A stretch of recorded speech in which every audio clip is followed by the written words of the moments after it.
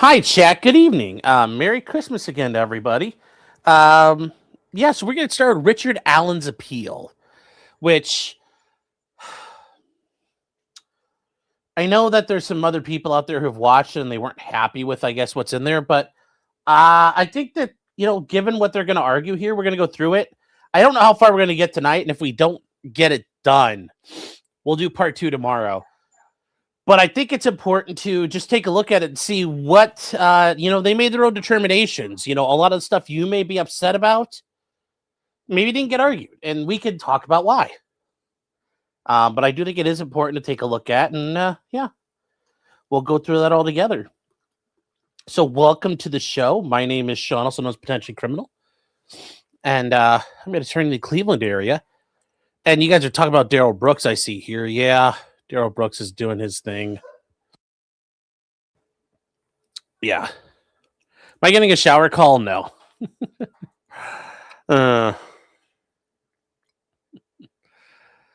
Okay. Samurai Actual says, yeah.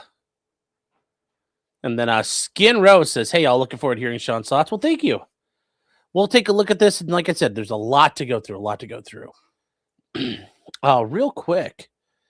Though I did see this, and I see CLYDE. Yeah, well, Clyde is out there with 2.0 eating dinner. Then we had LAINEY. We had a Laney Tower. And then we had a Bon.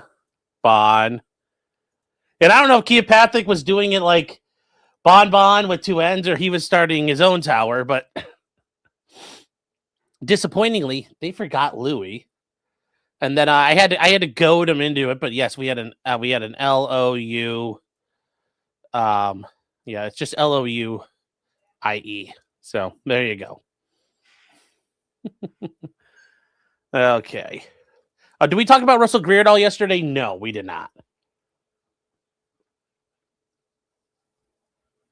We'll get into Russell Greer next week.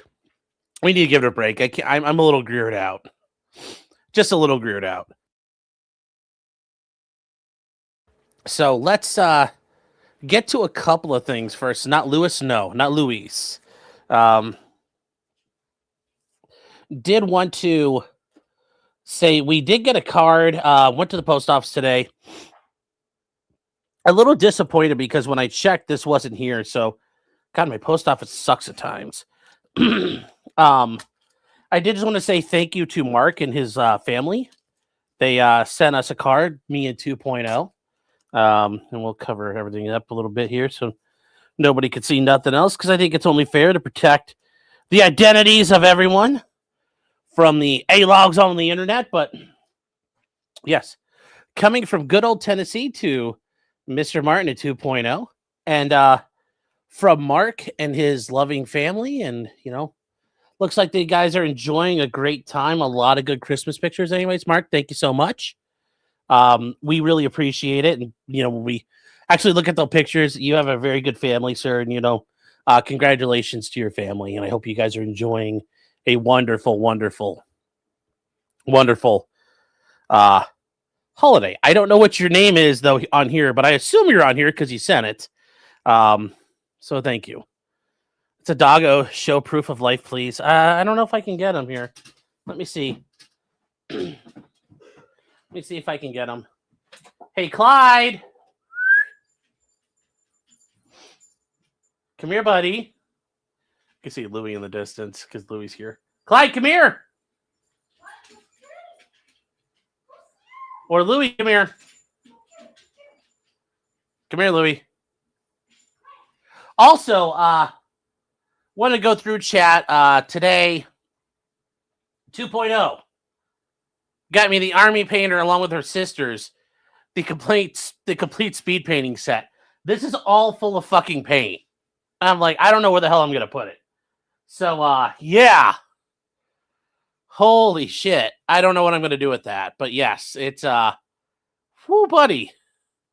That's a lot of paint.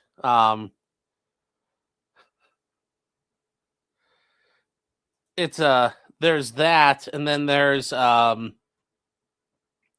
hold on one quick second, chat. I'm going to show you the other thing 2.0 got me. I guess Clyde's not coming, chat, nor is Louie. They decided to ignore us. 2.0, if you guys remember the wooden boken, or the katana thing that I have, 2.0 went to that same company and she got a hold of this. Basically, it's like a scimitar out of I think this is Purple Heart or Bloodwood. I'm not sure which she said, but I think it might be Purple Heart. I don't know. Stained a little bit. But yeah, she got me a scimitar type thing out of it, which I think is pretty neat. It's got a big old girthy handle, which is nice, which is very nice. But yes, it's very cool. But yes, 2.0. I want to make sure I cover this. I'm pretty sure we did, but it looks great. And yes, all of this is very good. So I don't know where I'm going to put all of it, but yes, that is kind of where we are right this second. Hold on one second. Yeah, what's up, sweetheart? It's the Crimson Reaper? Okay, it's called the Crimson Reaper, Chad. I forgot about that. It's the Crimson Reaper, and it's got the Grim Reaper's head on it on the end with his scythe. So, pretty nice. Pretty nice indeed. I like it a lot. Here's the back end. Here's the bottom of the hilt. And I got to figure out where is... I don't know where the other one is right now. And I got to get those together. I got to start organizing this stuff a little bit. Got to organize stuff a little bit more. And then this came from Roscoe. And I didn't have the chance to go through it yesterday. Mainly because I don't like going through. I wasn't prepared to go through with it because it's not. Can I save this stuff for this show when everybody's here? But I didn't realize this was his. But this is just real quick. This is from him apparently. So if you're here, Roscoe, we're gonna open it today. So.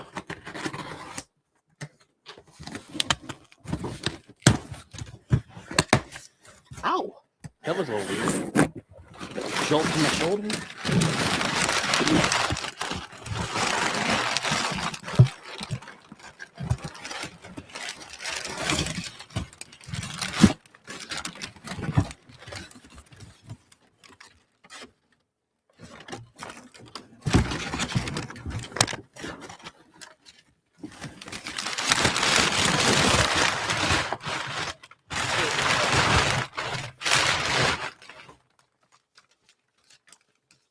So Roscoe says, Merry Christmas.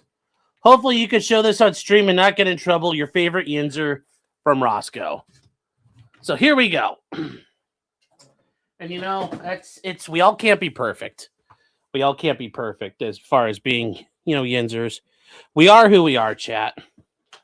We are who we are. He says, hopefully I can show this on stream. I think I should be able to. So, look, little piece of paper come on. Awesome third day of Christmas, yeah. Well, the stuff I have for 2.0 came in properly as well. Oh! Okay.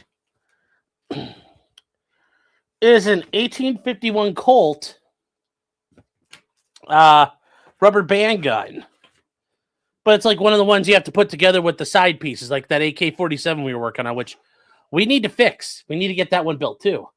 But here we go. This could probably be done in a night. This doesn't look too bad.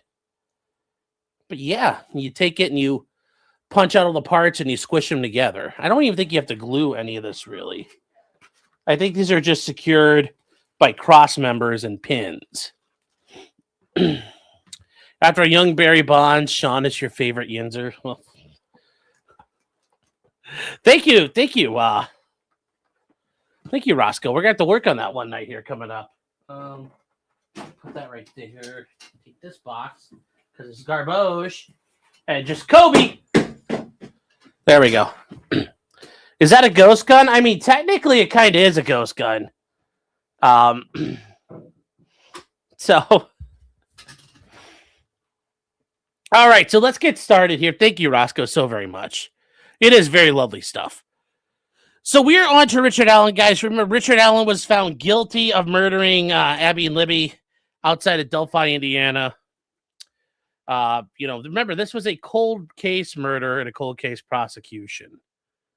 From here, well, remember, we dealt with the estimable Judge Gull and her dog shit rulings and all the mental retardation that accompanied her everywhere she went, to the point that the Supreme Court of Indiana had to come and spank her for being such a bitch of a human being. For being such a bitch at this. And from here, this is the appeal. Now, somebody said, do appeals work? They can. They can work. Are they guaranteed to work? No. And that's the honest answer. That's the honest answer right now. And I'm not going to lie to you. I'm not going to lie to you about that at all. But the appeal has been filed on his behalf here. And Mads is saying, make the Kalmar Union great again. Well, hey, it's not a bad union to try to make great again. What is the timeline of this for the appeal, the state's answer, verdict? A year or something? Well, remember, we're about a year out from the conviction. Richard Allen, remember Bob Mata from Defense Diaries podcast, Andrea Burkhart. A lot of people went to watch either parts of it or the entire thing. Andrea and Bob were pretty much there for the whole thing. And remember, the verdict happened, and it was,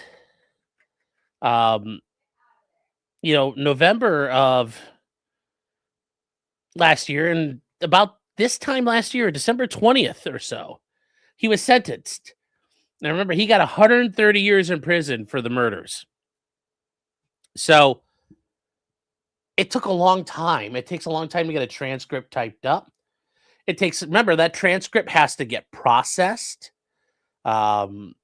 And all this works. And this is where I think it's helpful, because I think you guys do need to see this. And this is where, let me bring up, because remember, when the court reporter is sitting there typing away, it doesn't just come out in English.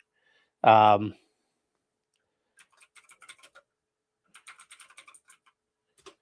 use shorthand as they're doing it. And what you see is something, and I think we talked about these before, but I want to show you guys again. This is a very good how this works. This is a very good description of how this stuff works. And it just explains how the appeal process starts.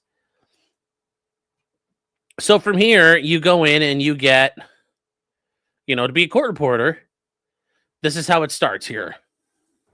Ready? Moved into your college dorm or apartment, it's time to move back out. This speed test competition, listening keeps you focused, but accuracy wins the game. Without packing up your entire life being thrown into the mix. These court reporters are hard at work, writing each word they hear. First, create an essentials list. This is a room full of court reporters. They're the folks responsible for recording every spoken word during court proceedings. And they do it lightning fast, using a device called a steno machine. So if you look at the keyboard, there's consonants and vowels and consonants. That's the keyboard. It's not a full keyboard, guys. I know we talked about this before. Some of you might have seen this before. But for those of you who don't, it's not a machine you can just start typing away on. And probably 50% of what you say, I'm taking it syllable by syllable. The role of a court reporter is critical during trials, both criminal and civil. And right now, there is a shortage of court reporters nationwide. That it once did in great abundance. Although there's no magical number of how many positions that need to be filled, organizations like the National Court Reporters Association want more people involved in the. And you can see right there, chat, this is the shorthand. This is shorthand right here. And this is normally what court reporters, it looks like as they're typing. It's gobbledygook.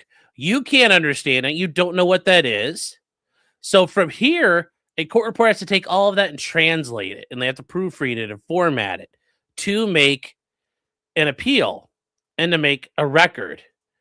And from here, this is, as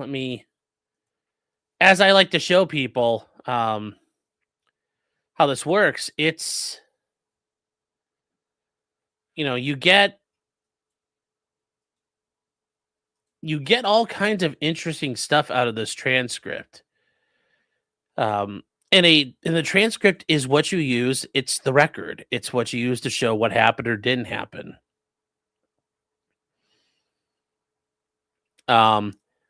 Skin Roast says, that's such a better way than just filming and recording. Good Lord, no wonder transcripts are always so fucked up. It's tough. It's tough. Yeah, it's not just phonetic spelling. It's diphthongs. It's everything. And ABC says AI or audio recordings seem like they'd be far superior. Well, no, because what happens is the court reporter still types it out in shorthand when they hear it. And AI is not very good. AI has gotten a lot better, but AI is still not reliable enough to do it. AI is still not reliable enough to do it. And Squizgar says diphthong. Diphthong is an actual part of speech. It's a speech pattern. It's something you do while you're speaking. It is a real thing. Career. This is what I want to do. Caroline Coronado is the official court reporter for Judge Michael Engelhardt in the 151st Civil District Court. She's been a court reporter for 26 years. Because I love the English language and the grammar, punctuation. I was good at that in school, so I enjoyed it. So I said, I love typing. I love a great challenge. Coronado always knew she wanted to be in the courtroom. So we want to ensure that everyone, all the parties know that we are impartial. $12,000, depending on the state you work in. On average, court reporters can earn more than $60,000 a year. That's very conservative. Court reporters are in very high demand. There can be a lot done for them. So there are a lot of options for court reporters. What about just saving video recordings and ending this useless profession? At some point, maybe. But for right now, it's still a tradition thing that we use these. But for now, that's the way it is. Eventually, it probably won't be. But for now, that's what we have.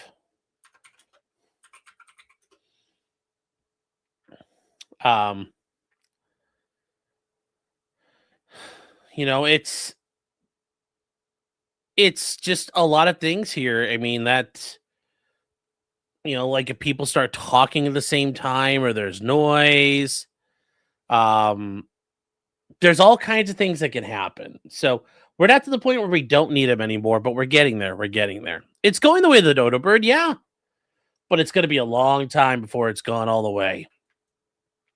It's going to be a long time before it's gone all the way.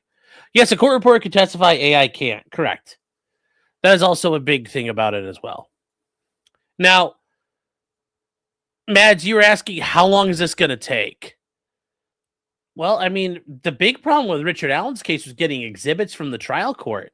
Judge Gull's court was being obstructive in how they handled things. So, yeah, it could be months and months and months and months and months.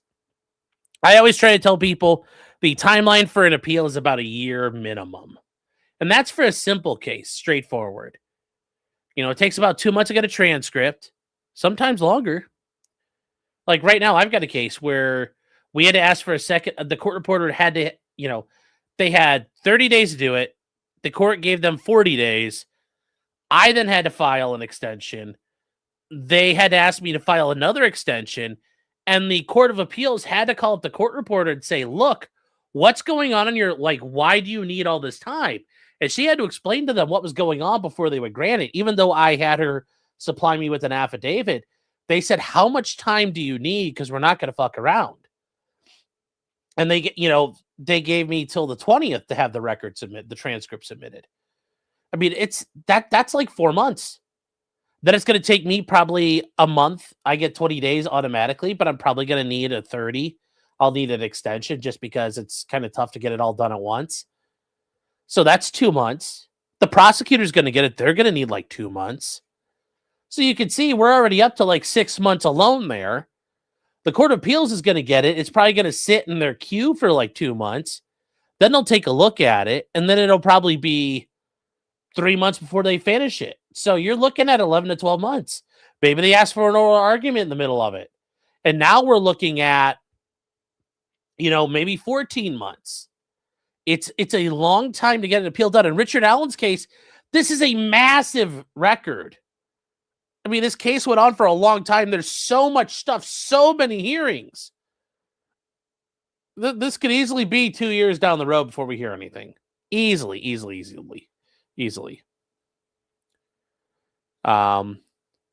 There's a trial that went around the Murdaugh time where they still haven't submitted their opening briefs. Yeah, that happens.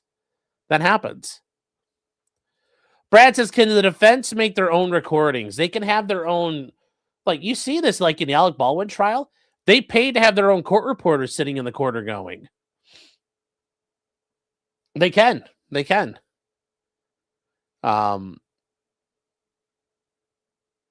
But otherwise, like, generally, no.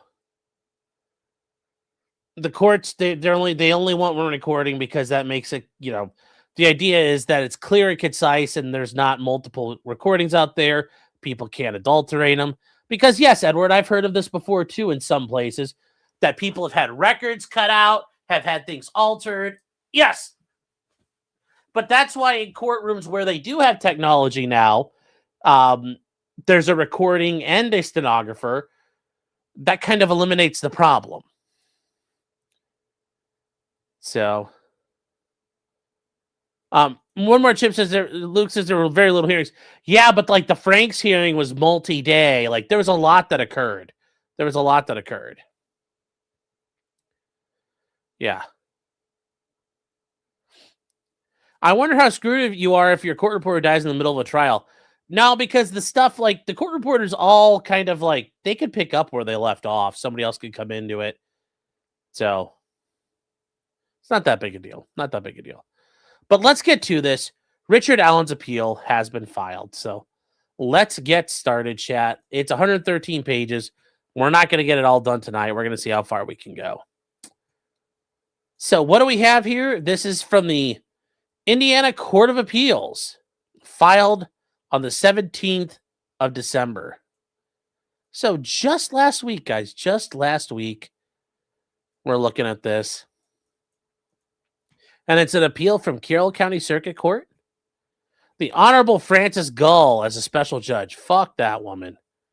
And it's a state of Indiana, and Richard Allen. Remember, Richard Allen's the one seeking to have this overturned, so he is the moving party here.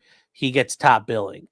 He is the appellant, and the state of Indiana is the appellee or the appellee, depending on who you talk to. And he has two attorneys that were working with him on it. A guy named Mark Lehman out of Logansport, Indiana, which is out near where he is. Then another lady, Stacy Uliana from Bargersville, Indiana. And then, guys, the table of contents, all these things here are pretty standard. You have a table of authorities, statement of the issue, statement of case, statement of facts, summary argument, the arguments. And what are some of the arguments here? Well, the arguments start with the reversible error by admitting evidence from the unconstitutional search of Richard Allen's home and denying a Franks hearing. So we're starting off right away with the Franks hearings. That, the trial court did not conclude Detective Leggett did make false statements. That Leggett omitted and changed key information. That the omissions and false statements recklessly misled the judge, and the omitted inaccurate evidence, the affidavit couldn't establish probable cause. The error requires reversal. And that's the thing, guys. They're already starting off with, if we win at the Franks hearing, it's done. It's done. They say at minimum, Allen is entitled, notice they're saying at minimum, he's entitled to remand for a Franks hearing. Obviously, they're asking for a complete just blowing it out of the water. They also point out that the trial court erred by admitting statements Allen made while gravely disabled during his unprecedented pretrial solitary confinement in a maximum security prison. You know, they refused to admit the IPAS order and settlement into the suppression hearing. The state failed to prove Richard Allen's statements were made while gravely disabled were voluntary. Yeah, and you have to show they're still voluntary. They say even if the court finds Richard Allen's statements were voluntary, they are a product of unconstitutional detention. I think so. They're arguing the error was not harmless. They also point out the other big thing, Richard Allen was denied his right to present a complete defense. You know, there was reversible error by excluding Blair's sketch of Bridge Guy. They excluded Tubin's testimony. They also committed reversible error in admitting hearsay to rehabilitate the timelines.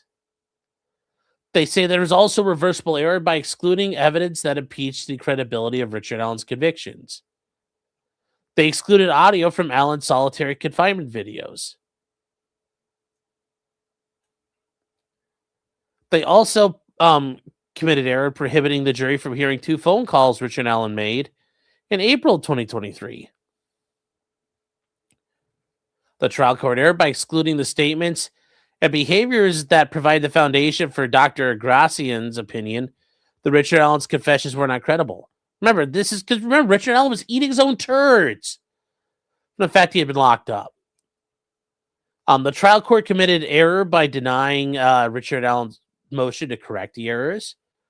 The trial court committed reversible error when it excluded Allen's evidence explaining this murder as a ritual killing, meaning the Odin defense. And it says, finally, the trial court denied Allen his right to show the state's investigation was incomplete, overlooked plausible leads, and mishandled the evidence relating to third-party guilt.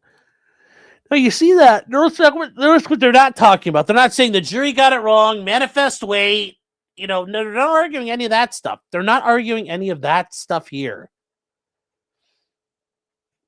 So it's very different. Remember, they are doing some things here that are very different than what a lot of people may want or thought might happen.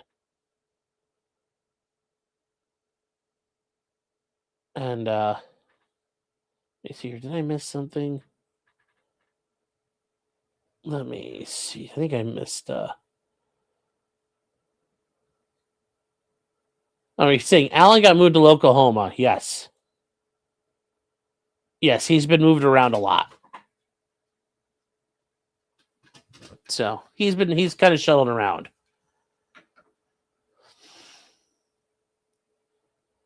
And then so these are all the issues, but these are the only ones he's arguing. And there's conclusion, certificate of service, and of the word count has to be verified. The table of authorities, these are all cases they're citing. It's a pretty healthy thing here. Yeah, there's also none of the Youngblood motions, the lawyer fuckery, the speedy trial fuckery, or Frank's 2 through 4. Yeah, and I think that they realized, I would argue they probably did some research and realized they isn't going to work, or there isn't just they'd have enough time. I don't know, but I would trust the Indiana practitioners who do this, who say, yeah, they're like, we're not doing that one. Why? I don't know, but they said no, they're not doing it.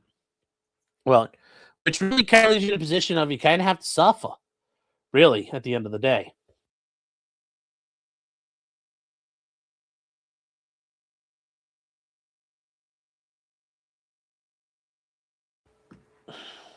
So you have to suffer, chat. More table of, going back to the table of authorities here. There are rules of evidence through the hearsay. So that's where we're at. They also have rules 401, 702, 703.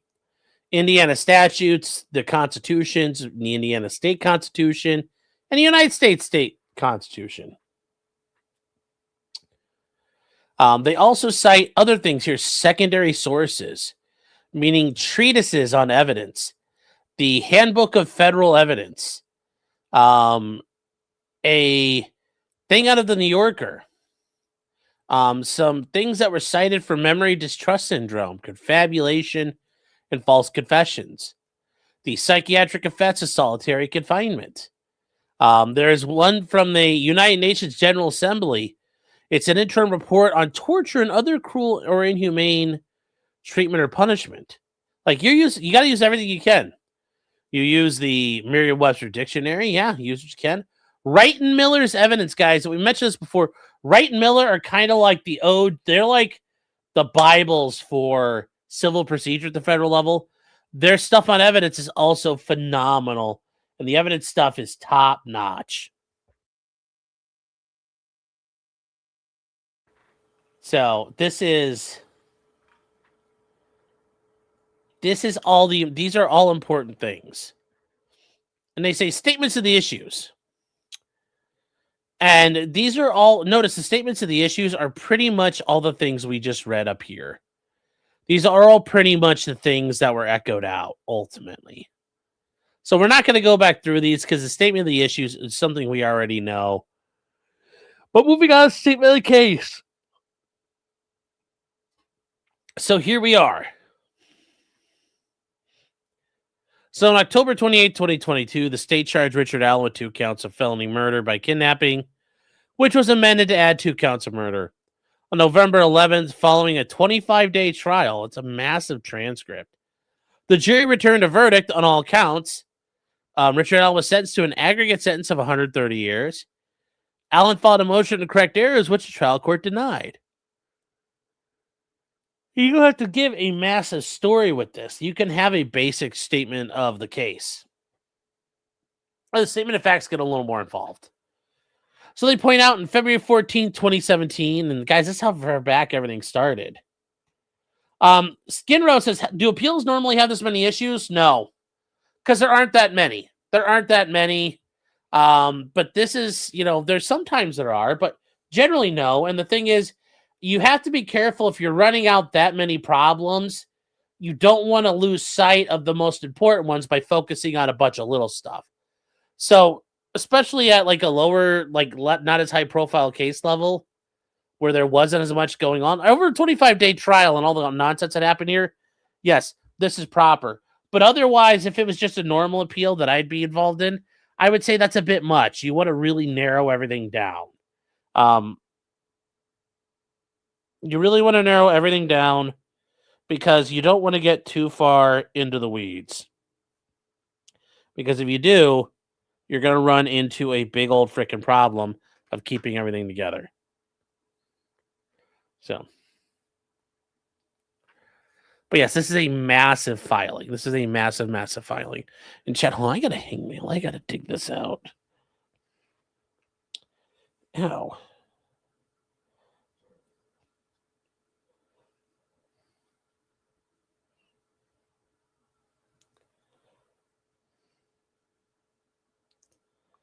There we go.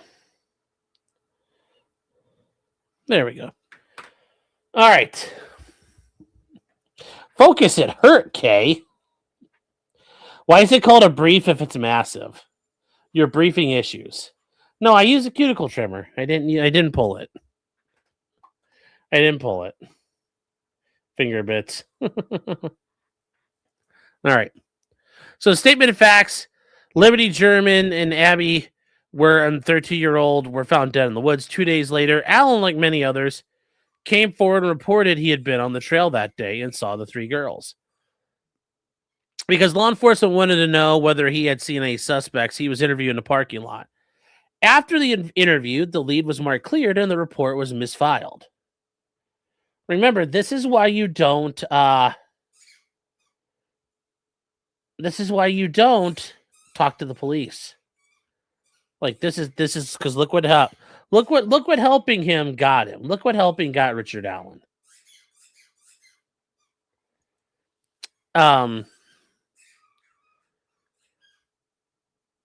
Mads is saying 3 girls. I thought it was 2 girls. Here it's saying and saw. I think they mean the 2 girls, but it says 3 girls. It's only 2. Allen then returned to his job, family, and community. For the next 5 years, he did not sell his car, destroy his clothes, dispose of his gun, or relocate, but continued to live his normal routine. Yes. Nobody identified Richard Allen as the bridge guy. Very true. Very, very true. And they say when the report was rediscovered in September of 2022, law enforcement insisted Allen was bridge guy without a single eyewitness, which is true. Over the next several years, the state built their case. And they talk about the warrant. And here's how this starts. Let me go back through the entire case here. On February 13th, 2017, Libby Germain's older sister, German's older sister, dropped off the girls at the Mon and High Bridge Trail to explore and take photos. The girls had the day off from school, and the weather was unseasonably warm. When the girls failed to meet Libby's father at the specified time and no one could reach them, they contacted police and there was a search. The next day around noon, the girls were found murdered in the woods, not far from the bridge. And the best evidence they had was from her phone that was found at the scene underneath Abby's body. There was a 43-second video where the bridge guy said the following, and it's like, go down the hill, down the hill, down the hill.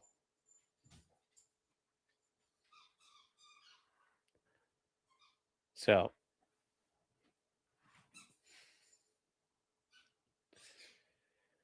they say law enforcement set up a tip line and many people came forward. 16-year-old RV, her sisters Ivy, AS, and her boyfriend told police that they were on the trail. As they were leaving, they saw a man near the entrance to the Freedom Bridge. And they said Betsy Blair, who frequently walked the trails for exercise, this is the name you guys were mentioning earlier. We're going to get to her. Yes, somebody's playing with a squeaky toy. Betsy Blair came forward and told police she saw a white man on the high bridge standing on a platform and seemed to be waiting for someone. She thought the man was the guy in the video because he was wearing the same clothes. When she reached the bridge, she turned around and noticed the two girls approaching. Then it says 4 months after the murder, there was a woman named Sarah Carbaugh that was interviewed. So what happened? Well, she told police that on February 13th, while driving eastbound, she saw a money man wearing a tan coat walking west towards town. And after seeing the image of Bridge Guy in the media, she said she probably was the man she had seen. They talk about then 5.5 years later. 5.5 years later. Yep, it's 5.5 years later before they actually do an arrest. That's how long this takes.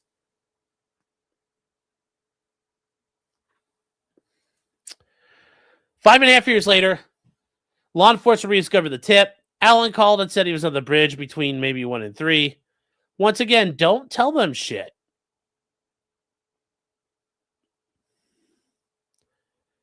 You know, the investigators immediately started now investigating Richard Allen. They believed the man was the man the 4 girls, RV and others saw on the bridge. The trail was Bridge Guy.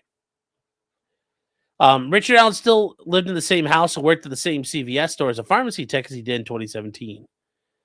In October, when cops showed up at his house, Allen agreed to talk with them. This is why you don't do that. This is why you don't talk to the cops. If they believe you're the bad guy, you're never convincing them that you're not. And they will never tell you what they think happened.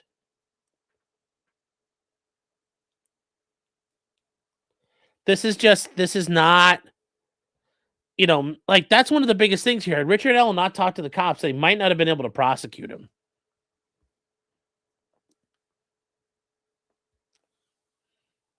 It's very important. It's very important.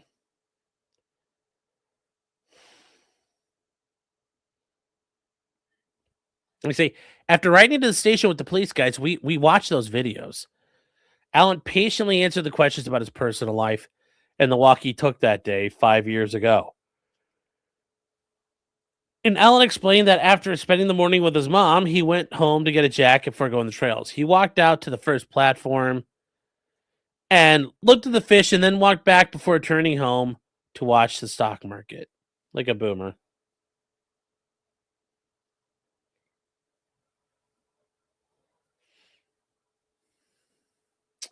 He explained he came forward to tell him that they were on the trail. The next day, a DNR officer interviewed him in a parking lot. Alan believed he told the officer he was on the trail between noon and 1:30 or 1:45. He could only recall seeing 3 girls leaving the trail. And that's where it's like, okay, well, some of this stuff is weird. Some of this stuff is goofy.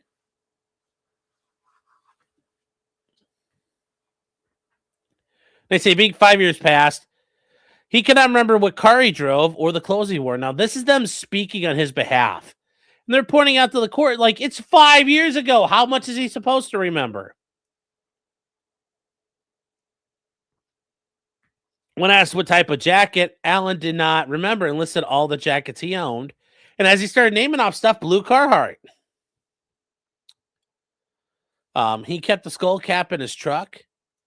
It says he could have been wearing tennis shoes or boots. When the police asked for permission to search, he expressed concern that they were making him somebody's fall guy by trying to fit the process together that do not fit close to the case. Yes, they did. When you agree to be the man they want to investigate, they're going to investigate you. Like, you don't get to... You don't get to do this and then say, wait, I want the other guy to suffer first. No, it doesn't work that way. Say, it says he was confused, thinking they were talking to him to look for helpful information. Although he understood they had to clear everyone on the trail, he was bothered by the time passage. Yeah.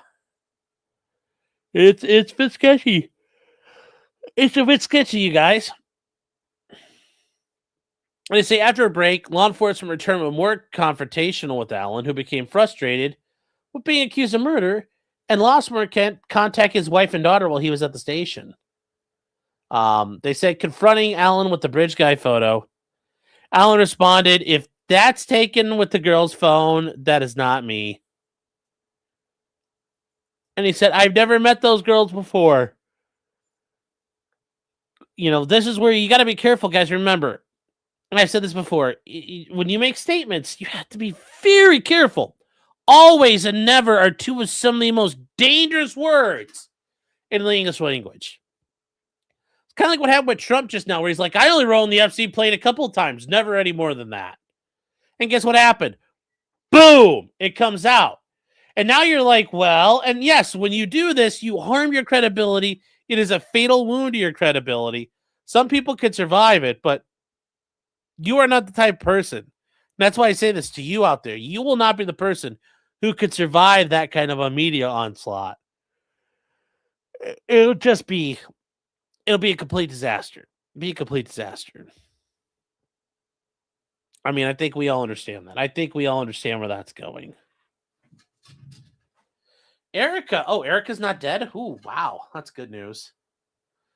Erica's Odin.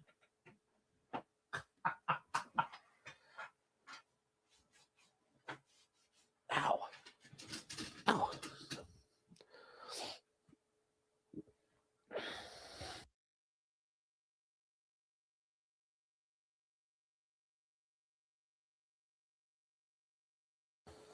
All right, chat. Sorry. So they accused Alan of admitting he wore the same clothes as Bridge Guy, and Alan corrected the investigator, reminded him that he said he could have been wearing a sweatshirt. Remember, this is the problem. This is why you start talking to them. They fuck with you. This is why you do not talk to the cops, even if they nab you on an illegal stop.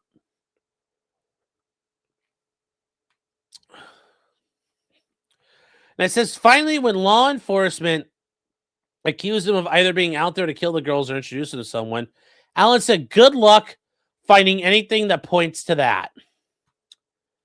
Now, remember, guys, you can say stuff to people, but when you say this, what do you suppose? Like, people could take it the other way. They could say, oh, wow, he's taunting them.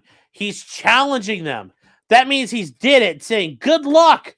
Good luck finding the proof.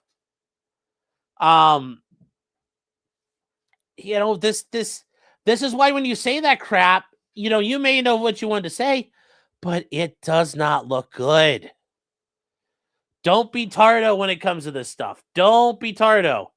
They'll always twist it against you. Yeah, but when you make it easy for them to do, it helps. they'll twist it against you, and then you make it easy for them to do. Like, that's the problem here. That's the problem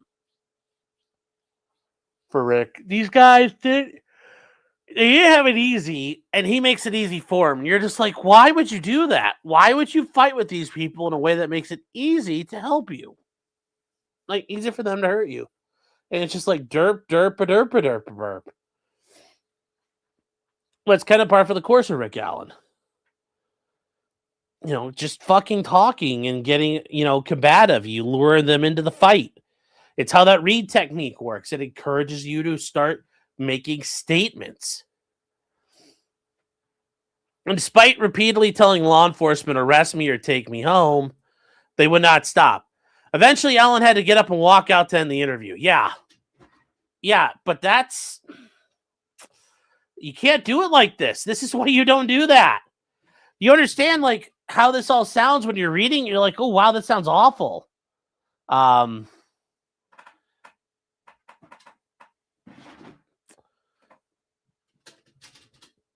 Yeah, there was literally nothing he could have done to convince him it wasn't him. So talking to them was a fool's errand. Remember, had Rick Allen not said a word, he wouldn't probably be charged. Or it would have been a lot tougher. Yeah, he called one of the cops an asshole on the way out, which they were assholes. And you had, Detective Glory Holman and all that. So, yeah, don't talk to police. That's why lawyers exist. I agree fully. So Garrett says, isn't it Richard Allen? Yeah, but he goes by Rick. So that's why people call him Rick Allen. And they say the story Detective Leggett told the judge. So in October 2022, the state applied for a search warrant. And Detective Leggett's probable cause affidavit, he concluded Allen is the last individual to have contact with the girls. Are you sure about that? And the reason that Allen admitted he was wearing a blue jacket and a head covering like Bridge Guy, it was on the trail around the time of the abduction. And witnesses, the 4 girls, let me remove that. Was on the trail or bridge at the time of the abduction, and witnesses, the 4 girls, Blair and Carbaugh, saw a Bridge Guy wearing a blue jacket. Detective Liggett implied Blair and the girls saw the same man. They also concluded that Allen drove his car and parked at the old CPS building. He claimed the witnesses saw a car backed into a parking spot at the CPS building. And then, they're saying Wilson felt the driver of the car was trying to conceal the license. Wilson said the car was a purple PT Cruiser, a small SUV type vehicle. Then it said Blair and Wilson drew a diagram and had the vehicle they saw parked in the same general area and manner. From here.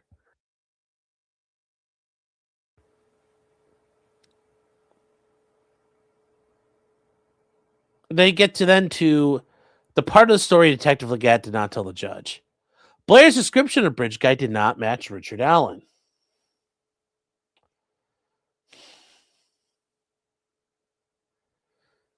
And it says, the detective did not tell the judge about the differences between Blair's description of the man on the bridge and Allen's appearance.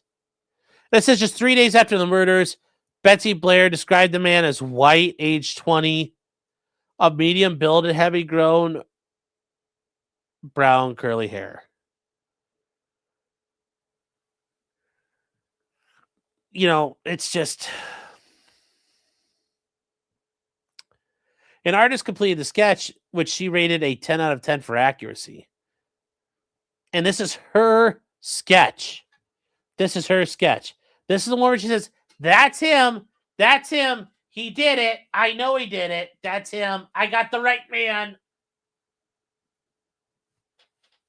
There you go. And clearly, that is not Richard Allen. Not even close. Not even close. It says Leggett personally interviewed Blair, who can describe a man as slender, youthful, boyish looking in his 20s to early 30s, no facial hair, and with poofy hair, like the sketch portrayed, which he still gave a 9 out of 10 in accuracy. And they point out the time of the murders. Richard L. was 44, he was 5'6", and he had very short hair.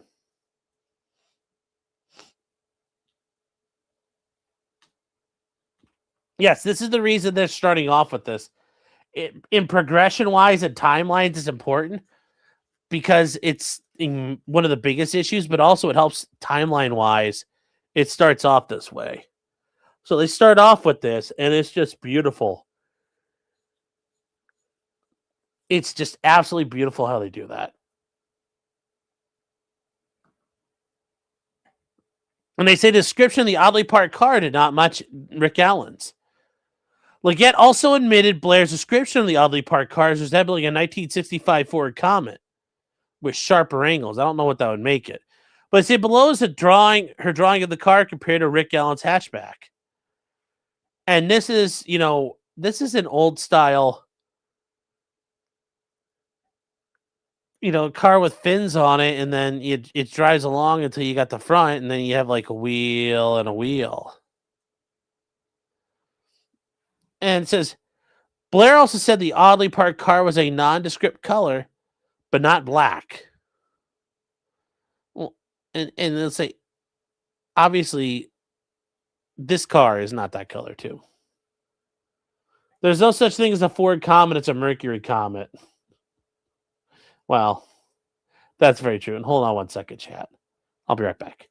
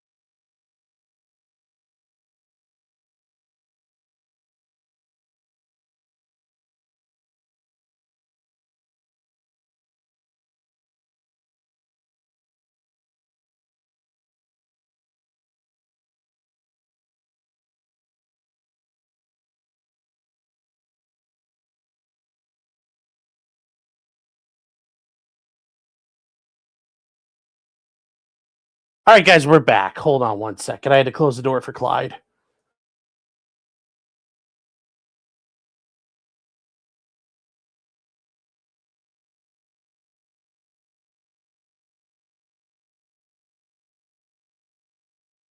Hey, it's Ariel saying I'm frozen. Sorry.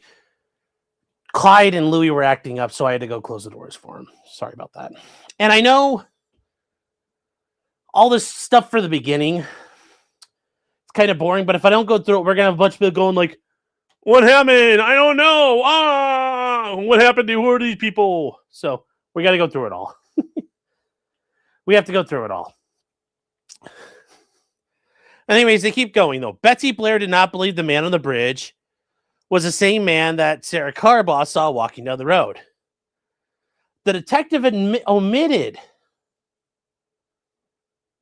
that Blair told him the man Carbaugh described is not the same man she saw on the bridge.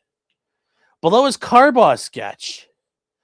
And yes, remember, these are the two, very contrasting sketches, chat. Very contrasting sketches. Very contrasting. So, but anyways, Ariel, it's good to see you. Hope you're doing well out there. Yes, okay, thanks for clarifying. Yeah, no, not a problem. Good to see you. Hope you're doing well. They're okay for the dogs. Yeah, these guys look nothing alike. They say after talking with Blair in 2019, the ISP issued a press release distinguishing the man Carbaugh saw from the man on the bridge, saying they are not the same person, and that Blair's sketch is representative of the person, the face of the person captured on the video of Libby German's cell phone. So you're like, wait, hold on, how does that work? Remember, they say all this and then they backtrack on it later. Also, yes, somebody says, yes, this is DSP. Oh, no, it's Phil. Phil, what were you doing out there? They didn't beg hard enough. And then it says, Sarah Carbaugh said the man walking down the road was wearing a tan coat, which, Rick Allen said he's wearing blue. They say Detective Liggett also made false statements in the affidavit. He claimed that an interview was done of Sarah in 2017, and she stated she saw a man wearing a blue-colored jacket that was muddy and bloody. In her 2017 interview, Carbaugh did not describe the man as muddy and bloody. Only she said he was wearing a tan jacket. Which, that's easy to find. Tan Carhartts are kind of normal. Kind of normal.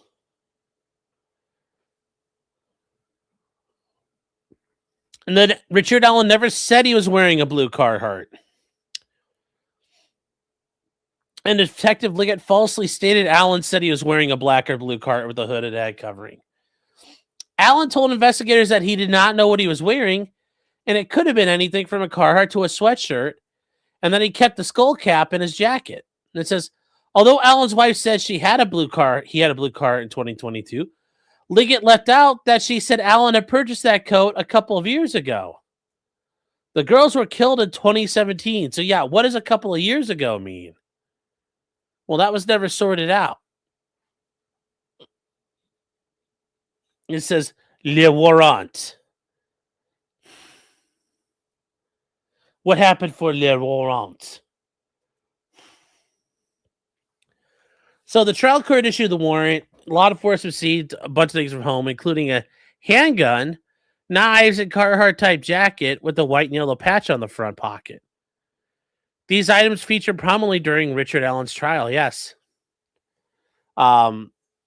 Richard Allen denies the bullet is his, that he was bridge guy, or anything to do with the murders. It says at the scene, the officers found an unfired .40 caliber S&W cartridge near by Libby's right ankle. When the Indiana State Police analyst cycled 6 cartridges through Richard Allen's gun, she did not find any marks that matched the marks on the cycled round at the scene. It says, thus she could not establish a link between Richard Allen's gun and the spent round at the scene. She then fired 4 cartridges from Richard Allen's gun. She compared the markings on the spent casings to the markings on the unspent cartridge at the scene and concluded that Allen's gun was the source, which doesn't make any sense. Some of the markings on the unspent gun, or the unspent cartridge. They say after learning the conclusion, law enforcement interrogated Allen again. And this is the thing, guys. Richard Allen's had already all of his shit seized in a search warrant. The police have come and raided his house. And once again, what does Richard Allen do? Like guzzling down. Like he took the dumb fuck juice and took a big old sip. Just.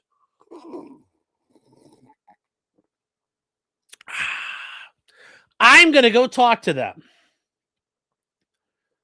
For nearly 90 minutes, Holman, Detective Glory Holman, accused Richard Allen of killing Abby and Libby, or at least being involved.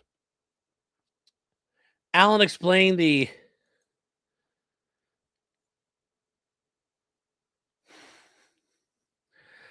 explained that the very day the police asked him on the trail to come forward, that is what he did. He says, I went for a walk on the trail and went home. I did not murder 2 little girls.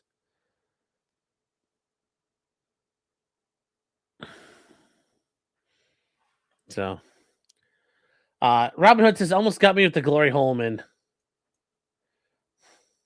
Well, yes. Well, he probably does run the glory holes. Holman repeatedly confronted Allen with Oberst's conclusion that the marks on the casing of the scene match his gun. Each time, Allen denied that the bullet was from his gun. Holman even claimed the methodology was scientific and like fingerprints. He says, exhausted and frustrated, Allen consistently said he cannot tell him what happened to the girls because he does not know. It says, he did not know how that round got between the girls or how they died. He stated, I did not murder 2 little girls. He says that Detective Holman's lying about experts identifying Allen and his voice on the bridge.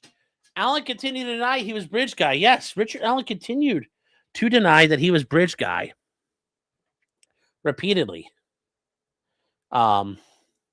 Detective Holman then tried a different lie, which, once again, he can lie his ass off. That 5 witnesses saw Allen with Libby and Abby and a gun. Again, Allen said, it did not happen. I don't care how stressed out I'm going to get. I am not going to admit to something I had nothing to do with. They said Holman tried to use Allen's depression against him, claiming it's because he killed 2 little girls. Did not work. Holman even used Allen's wife as an interrogation tool. And it says, while Allen was being interrogated, the police told her the bullet matched her husband's gun. And when they brought her in to see Allen, he hugged her and said, it's going to be all right. And while left alone, together she asked how his bullet got to the scene, and he repeated what he told Holman. I am not going to say something I did not do, and I can't explain something I don't understand.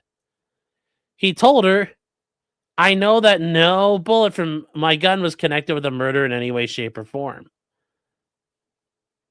And yes, the state police lied to the wife's face, too. They said, tell your little witness has been identified. That identified Allen. One more chip says, for being subject to the Reed technique, Allen doesn't fall for it at least. Yeah, but he doesn't really help himself ultimately. Like, he hurts himself in other ways. Allen assured her they are not going to get away with this. Well, they kind of did. And he told her, I am sorry you are having to hurt. I'm sorry you're having to go through this. You know, and it says, just a few days after 50-year-old Allen was arrested for the first time in his life, he was sent to the Department of Corrections as a safekeeper. He was transferred to the Westville Correctional Unit, a maximum security unit for the worst of the worst. The movies refer to it as the hole, mostly used to punish. Yes, he got locked into segregation in a prison, meaning he is behind bars 24 hours a day, basically. Maybe he gets some rec, but even that rec's probably in a controlled yard, not even outside.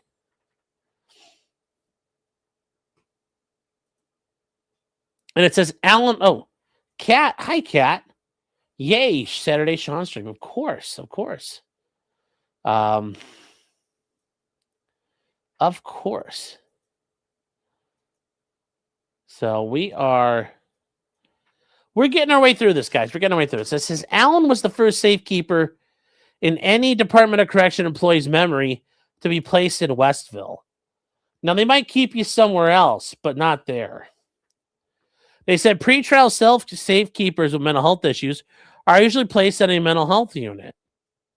The IDOC knew Alan had major depressive disorder, was hospitalized in 2019 for suicidal ideation. And they point out that he received a D mental health code, the second most severe, entitling him to one out-of-cell psychologist visit weekly.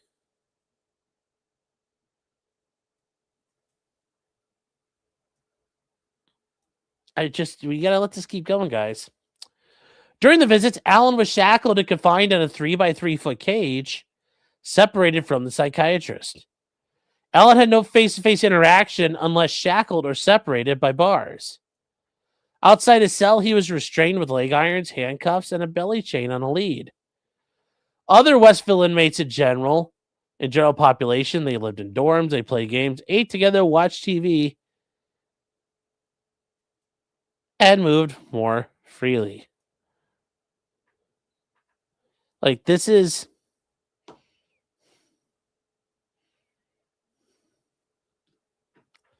Yeah. I mean, it's not inspiring. Alan was placed in a strip cell, stripped of everything but the bare necessities. Alan's cell was 8.5 by 12.5 with a camera and mattress on a concrete slab. Well, they all have that. And a bug infestation. Well, they don't all have that. His only view was a narrow window facing a razor wire fence. Yeah, that's kind of how that goes when you're in prison. His only view was meals were passed through a door slot. He ate alone on the floor or bed. Yep. He was recorded 24/7 with suicide companions outside his cell door, writing down his statements and behavior. Guards with video cameras filmed his showers and movements outside the cell and attorneys' meetings. Yes. Dashit says it's infuriating. Yeah, it is. It is. But IDOC knew solitary confinement could worsen the depressive disorder and even cause psychosis, and their policy restricts the time inmates with serious mental health could stay in solitary to 30 days. But they didn't apply this to Richard Allen, and he remained in the most secure solitary cell for 13 fucking months.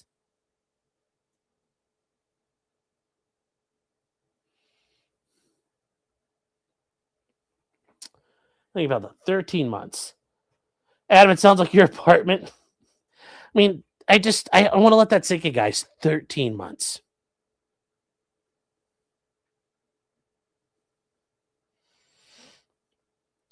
His decompensation, when he arrived in November 2022, Rich Allen appeared like a deer in the headlights, but was coherent, quiet, and weighed 180 pounds. By April, when he left, he weighed 135 pounds, was psychotic and gravely disabled. Yeah. Early in custody, Allen maintained innocence and believed solitary is meant to tear him down. Yeah. He told the psychologist he felt like a broken man after 2 weeks. And Richard Allen described a quiet, normal life previously. And they said Allen was extremely devoted to his wife. He told her, if this becomes too much for you, call the detectives and I will tell them whatever they want to know. And you can't say this shit. These are things that fuck you. These are the things that fuck you to death. These are the things that fuck you. These statements right here, guys, these are this is why you don't fucking talk. Even if all this other shit happens, Richard Allen's his own worst fucking enemy. Richard Allen is his own worst fucking enemy here. What a dumb fuck. You can't talk about this stuff.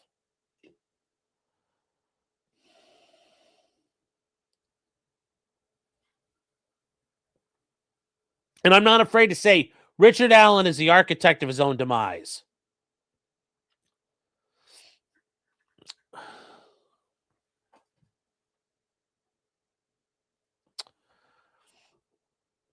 He says in January, Alan was expressing paranoia. Late March and early April, around the time Alan received his discovery, he met with his attorneys. Alan's behavior suddenly worsened. Guards thought he was acting up. He refused meals, became nonsensical, spoke of old Bear Claw hypnotizing him, and acted like he was from medieval times.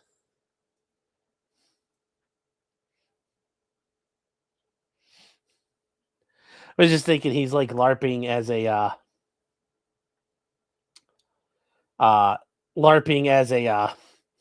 knight. I just say, good saw. Yes, if you say sus things, you win sus prizes.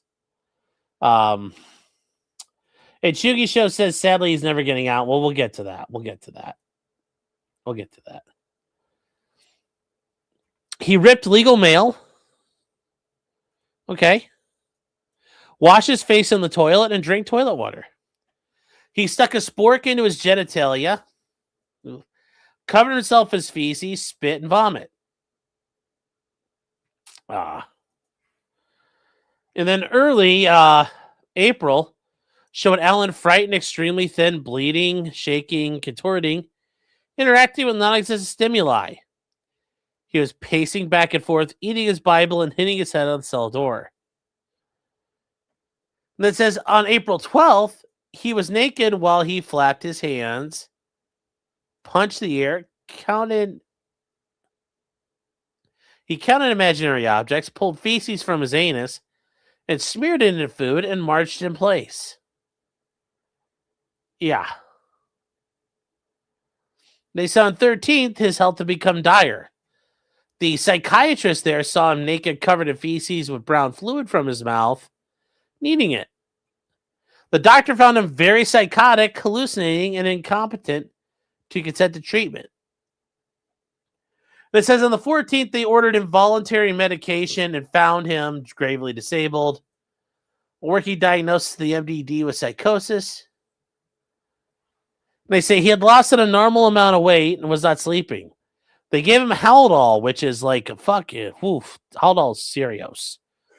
He continued to speak in loose associations about things like nuclear war, poisoning, dying, losing reality, cryogenic eyeballs. He must have watched Rich too many times. Must have watched Review Tech USA about his eyes getting eaten. And not remembering confessions he had already given. Yeah, this is just not... Whew.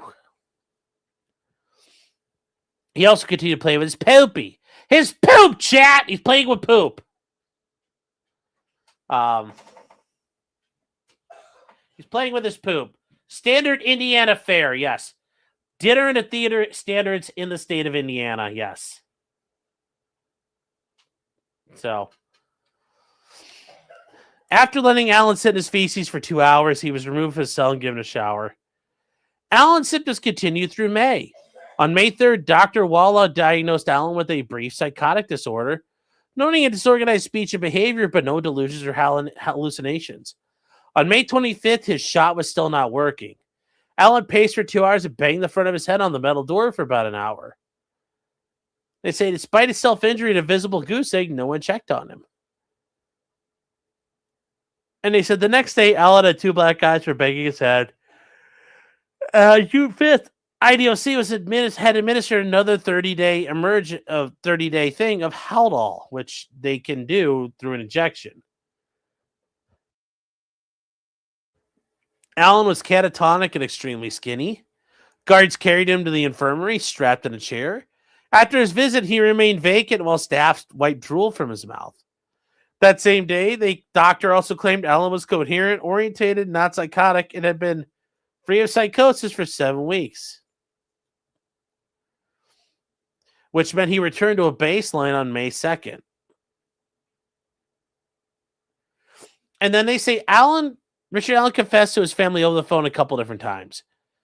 April 3rd, May 10th, May 17th, June 5th, and June 11th. On April 3rd, he told his wife, I did it, I killed them. He later saying, maybe I did, I think I did.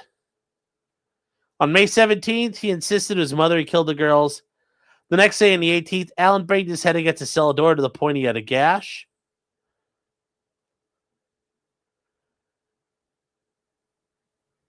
And He's like, well, it's just like this. On June 5th and 11th, he told his wife he did it, but that he's already lost his mind. He's probably going to kill himself. Feels like he's already in hell. It does not understand what is happening. Well, yeah. So there you go.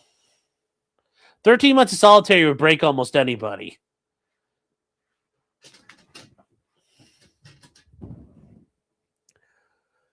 This is talking about through 2023, April to June. The guards heard Alan confess, "I killed them," amidst bizarre behavior. His statements occurred while he was smeared in feces, rolling in and drinking toilet water, and shouting at his shadow. As he sang, he masturbated, Pace saluted, and asked goofy questions. Hit his head and asked if he was dead. Yep. And then on April 29th, Alan made a more specific tip with Dard, claiming he killed 2 girls at Delphi with a box cutter he stole from and left in the trash at CVS. He was going to rape them, but he panicked and killed them. Is his theory here, yes.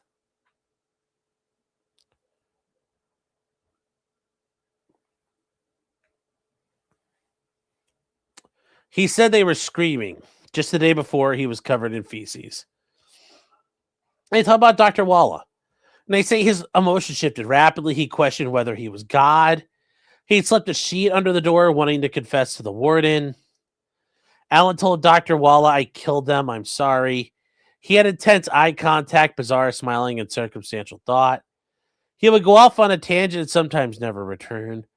Dr. Walla claimed his confession was concise. Yeah. And Alan said he was motivated by sex, but was uncertain whether he had sex with the girls. He's an incel! Antler says, we'll be going over Destiny stuff here at any point. Yes. Once we get through the new year, yeah, we'll be going back getting into Destiny. So give it like, at this point now, not the week after next. Like maybe around the 9th we'll get into it. So. Alan also confessed to molesting his sister and daughter, claims that they contradicted. 2 days later, Alan asked Dr. Walla if he had confessed. They say on May 2nd, Alan was very tangential, repeating himself and jumping between topics. He said, "I killed them. I will kill everyone. I will wipe out the whole wide world after I die." He mentioned World War III, was confusing nightmares for reality. Thought he must have schizophrenia. Was randomly saying methamphetamine and telling people that he loved them.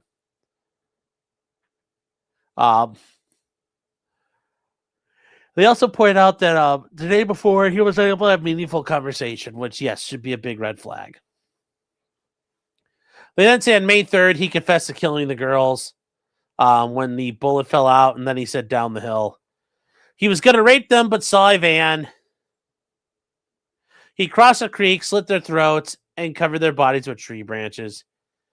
He also said he feared missing Easter through his interactions, though, with Dr. Walla were fake and was paranoid about his safety. And it's like, okay, this is where it's getting a little weird here about how we're trying to make these arguments. After entering a summary of Alan's record, this is where we get more bullshit here, chat. This is where we get stuff that doesn't make sense. After entering a summary into Alan's record, the doctor destroyed her notes, which is totally legitimate, not at all screwed up. Destroying his records now, come on. Come on, like that's not... As I've told you guys before, there was a case I dealt with when I was... Well, I didn't deal with it, but I remember seeing it happen. And there was a landlord. He burned down one of his shitty little apartment buildings. And it was a hovel. And what he had been using it for was basically anything illegal. Guys were using it to store drugs and guns and like all kinds of sketchy stuff would happen at these places. And he was using it for that purpose because it had, he couldn't get it renovated. Well, when he did that, one night he, either there was a fire or he burned it for insurance. I don't know if that part was clear. I think that they believe he did it, and I don't know if he did it properly. But anyways, the guy burnt the apartment building down, It killed 2 firefighters in Toledo. They died putting out the fire because they show up and put out the fire. Well, his case ended up with a less than proper resolution because the arson investigator had notes that he had destroyed. And those notes told a different story that he didn't think it was arson. So, yeah. So those notes can always be important. Yes, and Dr. Walla disappeared and moved out of state. Yes. Criminal Network. Thank you. Yes, there's all kinds of nonsense here. On May 10th, with Dr. Walla present, Alan told his wife, "I did this, I killed them." Also, while insisting he lose his mind, he continued believing he was dead, that the world blew up, he fell asleep, that water was poison, and he was reliving the same day. Well, maybe water was poison, but maybe he meant like fluoride. Dr. Walla listened to, and this is the thing, Dr. Walla admitted to listening to podcasts about Alan 3 hours a day while commuting to work. And how is that? That at all is no way that is ethical or proper for a diagnosing person to do. Yeah, and this is the thing. The doctor thought this was going to be her big break and she would get on circuits. And, thankfully she never got any of that. Yep. Before Alan was arrested, she researched a suspect on the database. And after she treated Alan, she posted on social media about his case. Yeah. Once again, Dr. Walla was awful. Yeah, she was in the Defense for Diaries Facebook group. Yep. So they talk about the trial. So at the trial in October 2024, they did the 2 counts of murder, the 2 counts of felony murder. During the trial, the state built its case against Alan on 7 points. They talk about, what did the jury hear? They heard about Bridge Guy. The jury saw the Bridge Guy video on the phone. They also heard from 2 of the 4 girls, RV, BW, Blair, and Carbaugh. And after seeing the videos, the witnesses believed they saw the Bridge Guy on February 13th. Blair thought she saw him on the platform of the bridge. She described the man as white, possibly in his 20s or 30s, with brown, poofy hair and a youthful appearance. She also believes that Abby and Libby approaching the bridge while the man was still there and saw him. And it says that Blair's Fitbit data placed her near the bridge at the time of Libby's video.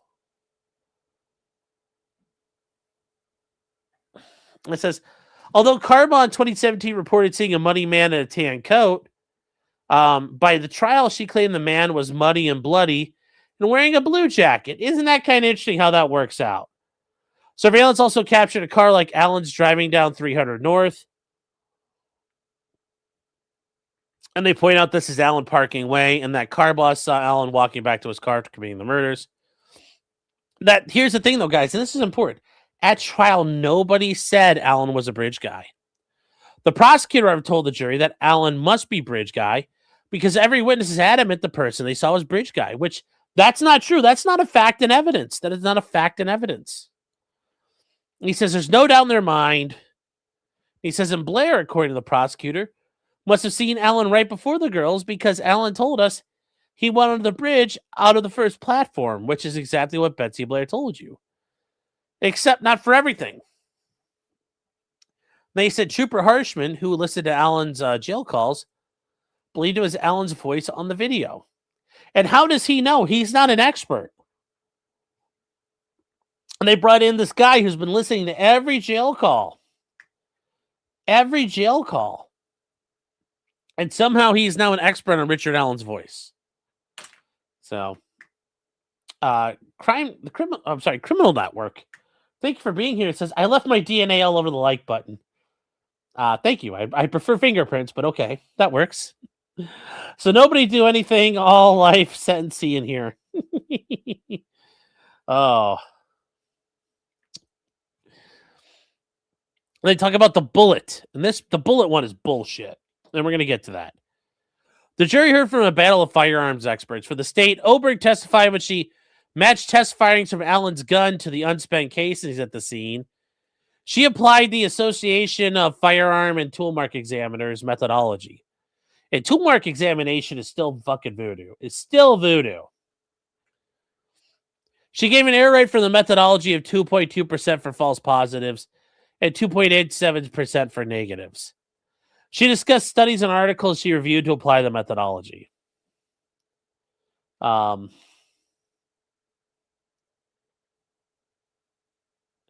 she discussed studies and articles that she viewed and replied. She admitted that methodology is subjective. It is. And she said in 17 years of applying it, she was unaware of ever making a mistake in identification.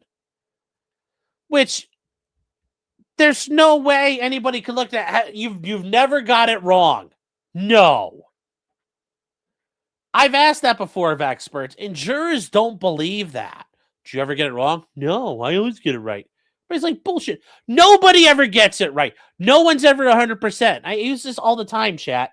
Ted Williams, the best hitter in the history of baseball. Probably the best hitter we're ever going to see in baseball. And what was Ted Williams' average? I mean, Ted Williams still struck out a shitload. Ted Williams is,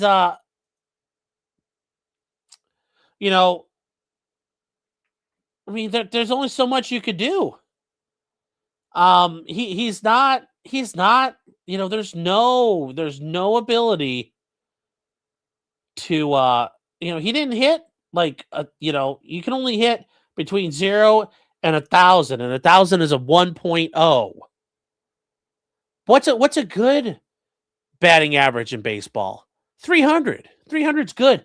300's amazing. 300 is amazing. But after that, for example, in 1940s, Ted Williams hit a 342. That's really good. You can do a lot with that. You can hit 300 for 20 years, you get in the Hall of Fame.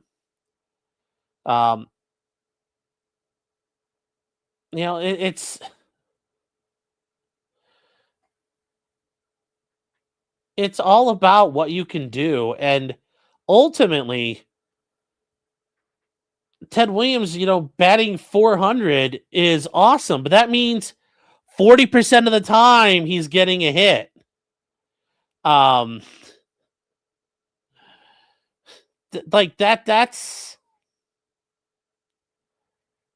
That's ultimately not, like, it sounds bad, but it's really good. It's like, what was it, like 450 something? Yeah, that means 45% of the time he got a hit. And yes, a 300 batting average means you're out 7 of 10 times. To be fair, there's walks and sacrifices, yeah.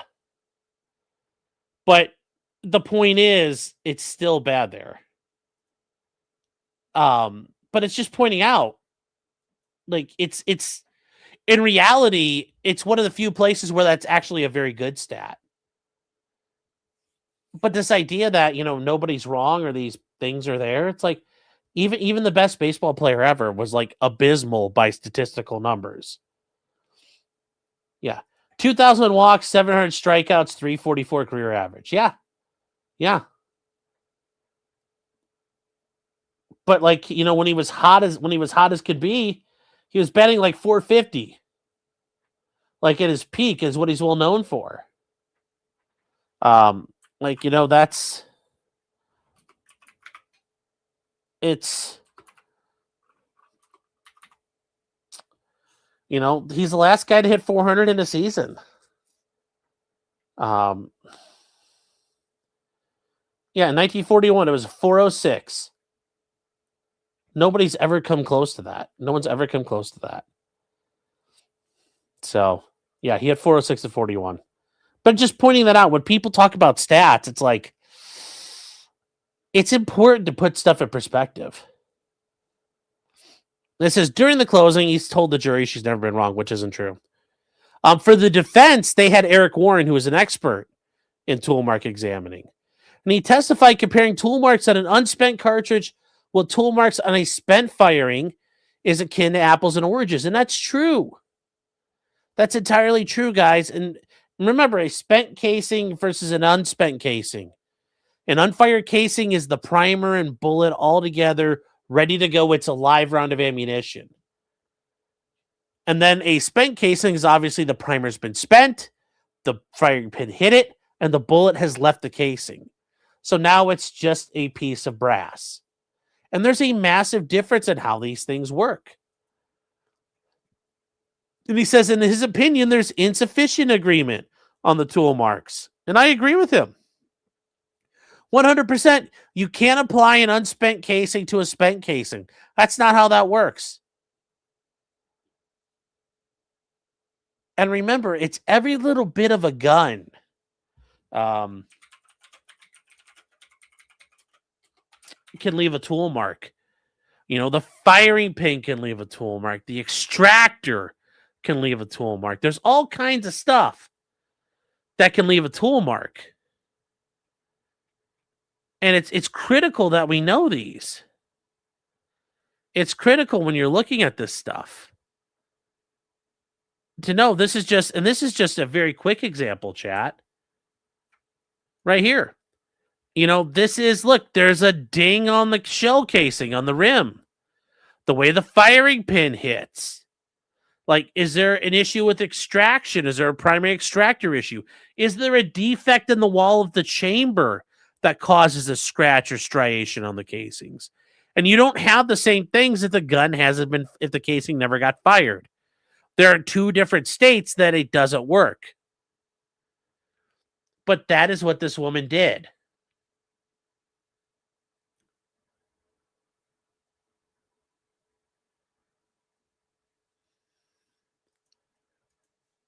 They talk about the timelines. So Christopher Cecil testified regarding the movement and health data on Libby's phone. The girls encountered Bridge Guy at 2:13, and Libby's phone stopped registering movement at 2:32:39. He summarized the phone stuff as follows. Right before, like around 2:13, right before it, they walked 1,600 steps. Then from 2:08 to 2:18, which is in the time frame where this happened, they walked about 400 meters. And then from 2:25 to 2:32, 2 flights climbed and final movement recorded. And the state argued this activity overlapped with Allen being on the trails and Allen completing the murders and leaving the scene by 3:56 when he was seen by Carbaugh walking on 300 North. And it says Allen contests this timeline through a former FBI agent, Stacey Elbridge, former forensic analyst. She testified that someone inserted wired headphones or an auxiliary cable into Libby's phone at 5:45 and removed it at 10:32. This would silence the phone. And she noted that an incoming phone call occurred moments before the headphones or cable were plugged into the phone, which would have silenced the call. So who the hell did all that? We don't know. We don't know. But remember, there was so much stuff that's happened here. There was the geofencing data, all that stuff. All that stuff.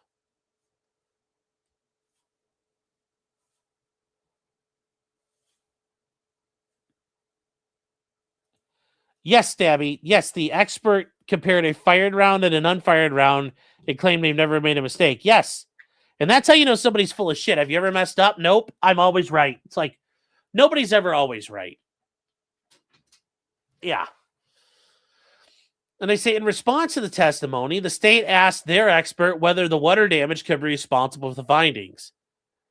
And here's the thing. Their expert testified he Googled it during the trial and found some unspecified non-peer-reviewed troubleshooting forums. Yes, this guy's part of their case. They're using goddamn fucking Google. Reporting that water damage could also mimic headphones being inserted. But did it rain that night? No, I don't think it did. And then a confessed motive. When the state arrested Allen, it had no explanation for the murders. However, the state argued that once placed in solitary, Allen confessed to the crime and a motive. While gravely disabled, Allen confessed to the guards and his family. He told Walla he was going to rape these girls, but panicked and killed them. Still doesn't make any sense. He said they were screaming. Yeah, typically that's what happens. The prosecutor argued that he should believe the confessions despite the psychosis. Relying on the opinion of Dr. Walla, the guards and Trooper Harshman who reviewed the video and calls, the prosecutor claims that Allen's confessions were logical and organized, and the product of free will and his newly found religion. Okay. After almost every guard testified the behavior was orchestrated. Yes, imagine that. Every CO is going to say this guy was doing something that was orchestrated. I see this all the time. They're all fucking faking it. I'm sure. One guard, he said he knew Allen was truthful in his confession because of the look in his eye. Look at that shit. Look at that shit that this judge let in. Some guards claimed inmates commonly smear or eat feces as a tool for attention. Some of them do it because they're mentally deranged. None are mental health professionals or knew Allen's mental health coding. Yeah. Each time Richard Allen confessed to Dr. Wallace, she said he was not delusional, hallucinating, or psychotic, except he was like the day before. Although Allen expressed confusion and memory gaps, she suspected he was feigning or acting bizarrely. On cross, she admitted she may have been wrong and Allen might have been genuine. With hindsight, she's now on the fence.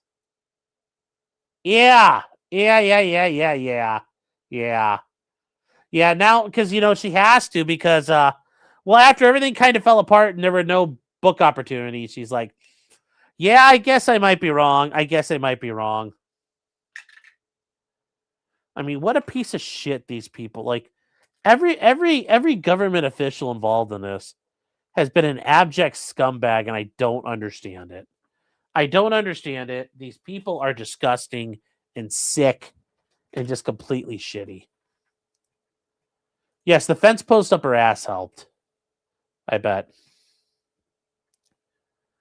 The state introduced 31 suicide observation reports containing Dr. Wallace's opinions. She continued to find Allen non-psychotic while documenting paranoia, delusional thoughts, confusion about being dead, and self-injury. But yeah, that's all non-psychotic. She at times labeled him as feigning or malingering for secondary gain. The day before he was deemed gravely disabled, she wrote he could be exaggerating or consciously deteriorating. Notice she can't say. She's like, he could be exaggerating or he's literally falling apart. I don't know. Either this is all fake or he's losing his complete goddamn mind. When he ate turds, she said the behavior was unclear. Dr. Martin believed Allen was psychotic, but in remission after a mid-April Haldol shot and brought back to baseline by May 2nd. Much like the other doctor, he described psychotic symptoms, yet concluded Allen was much improved. When either doctor acknowledged psychosis, they attributed it to factors other than the solitary confinement, which, okay. Regarding the phone confessions, Trooper Hirschman said Allen's demeanor was calm and solemn and he was not under duress or stress. How the fuck does he know? He opined Allen acted this way for attention.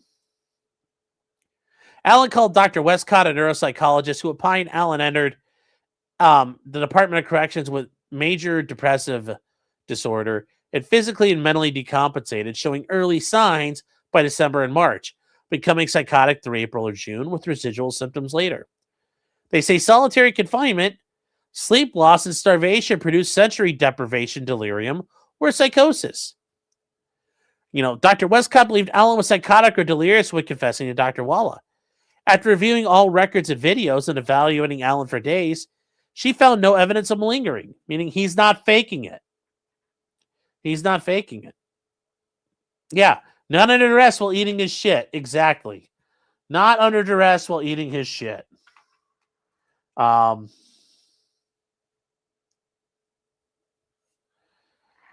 It's just it makes you wonder, chat. It makes you wonder. It makes you wonder, guys. It really does. It really, really, really does.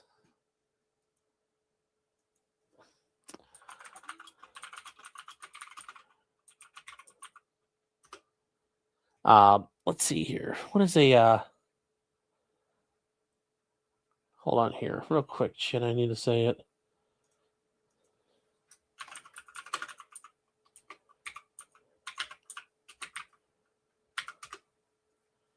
All right, there we go. Walty and the Wonder says we are being replaced. I mean, at times it feels like that. At times it feels like that.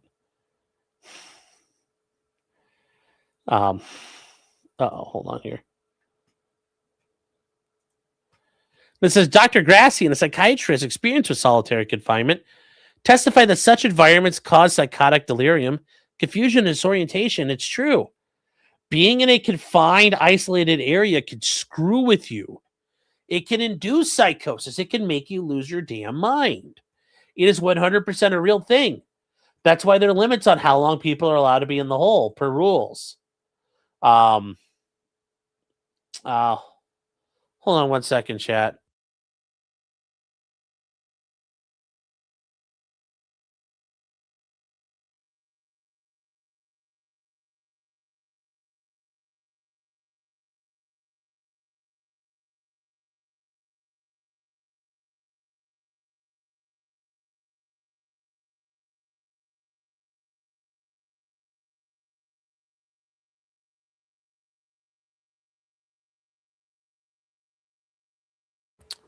All right, chat. All right.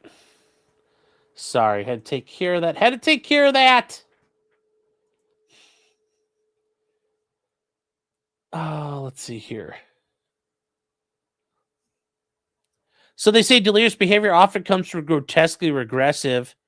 It includes smearing feces, acting out sexually, self-harm, and suicide. All those things happen to people who get stuck in solitary for too long. On recovery, memory is often absent. Yeah, when you lose your mind, you don't generally remember what happened when you lost your mind. You know, he had no doubt Alan was delirious and saw signs of a false memory. You know, where a belief evolves into a perceived recollection. Some people will say, I think I did it, and after time, start perceptualizing the event.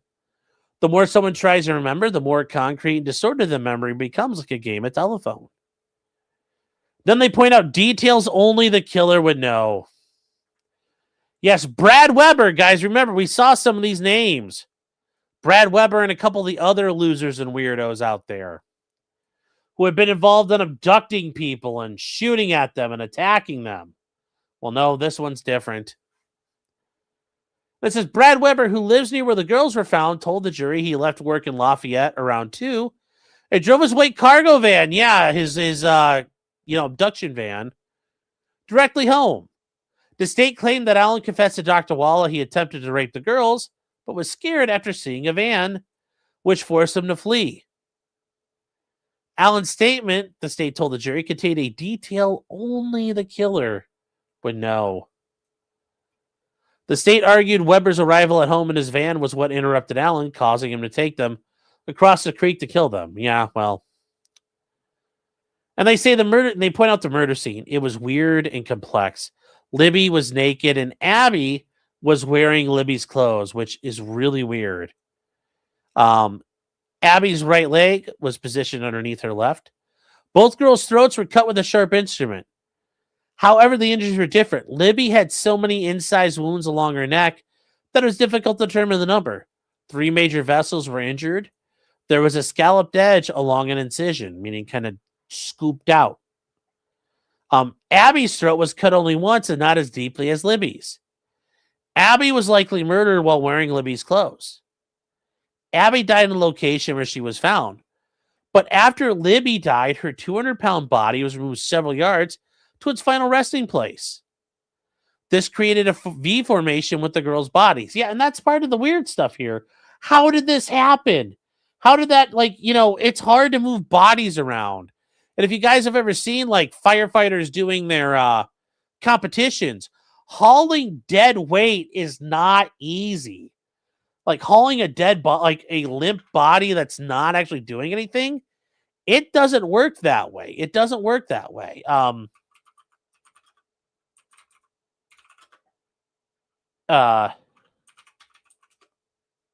standard, it's tough hauling a dummy. Like it's not easy. Let me see here if there's a good. I need actually a good example. Let me see here. But like it's something you can do, but it's not straightforward. Where is a good? Yeah, here you go. Here we go, chat. Keeping it local. These are guys pulling about. This is probably about 185, 190 pound dummy. You can drag a body around, but you're gonna drag the body. They're not just picking her up like she's a box of Oreos and moving her around. There would have been a ton of disruption to show that. But magically, this girl had been picked up and moved and set down like she was a Barbie doll. But this is how you do real, like, it's dragging a body. And this is a guy half Richard Allen's age who's in shape, is a fireman, and is hauling around Rescue Randy.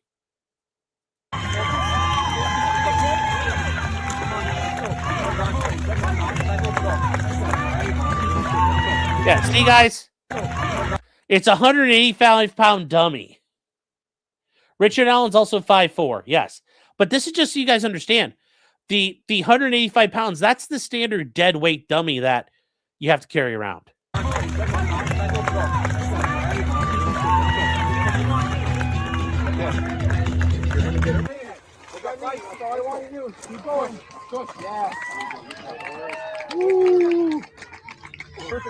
I mean, that's just a good example of this stuff is not easy. And Radcon Hazard for $10, thank you, says, I had a young corn-fed buck on deployment turn 21. The next port of call drank himself senseless. Took 5 of us to carry him back to the hotel room. That's not a surprise. When people are dead weight because they're dead or unconscious, they are not easy to do. They're not easy to do. You also will get DNA on the dummy, yeah. And a dead weight dummy is easier than a floppy dead drunk human. Yeah, yeah. And there's actually another good example of this stuff here, guys, real quick. Will Willis from Forge and Fire. He is a... All right, guys. Will Willis is a former Army Ranger, but also was a PJ, an Air Force pararescueman. And, like, you know, he's going to be doing some fairly athletic shit here. I'm going to show you a quick way to get a guy in a... This is a highly trained, like, I mean... How many here have ever executed a fireman successfully on an unconscious casualty by yourself? By yourself. By yourself. Come on out. Okay, you see? How many of these guys had ever carried out somebody unconscious by themselves? And notice, all of them are like, I did it by yourself. And they're like, oh, shit, that didn't work. Okay, here you go. Here you go. This is what he's going to show you. And a pararescueman, guys, he is basically like if a pilot crashed and was injured, they would fight their way in and rescue him, and they could take care of people. But Will Willis is going to show you, like, this is not easy. Ready?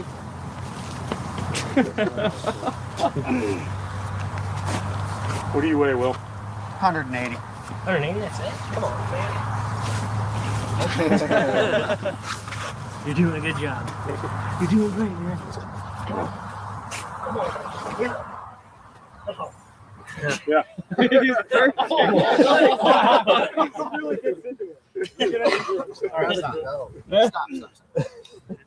Everybody get it? The point? Yeah. What's the point? It's hard. Real dead weights. All right.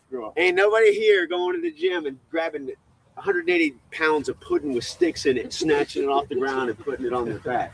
Because that's what you have when you have an unconscious. And notice, these guys are all bigger and younger by far than Richard Allen ever would be. And Will Willis is a former guy in special operations.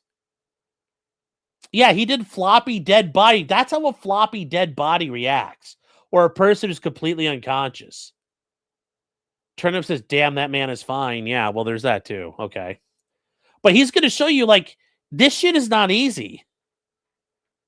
And if you want to pick up somebody like that who's a sack of concrete, he's going to show you how you do the fireman's carry to do this.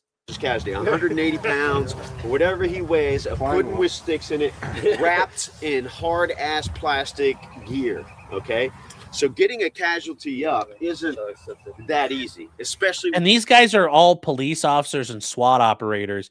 He's teaching them tactical medicine. When they're unconscious, uncooperative, not working with you. I'm going to show you a couple of techniques that if you don't practice them, they're not going to magically come to you. Come on out here. How much do you weigh? So we got a casualty that weighs 165. Just take a step to your side so I never have to teach this again. Thank you. Oh, shit. I'm old, dude. I can't do this. All right, so this guy weighs 165 pounds. I'm going to do this at speed, and then we'll back it off, okay?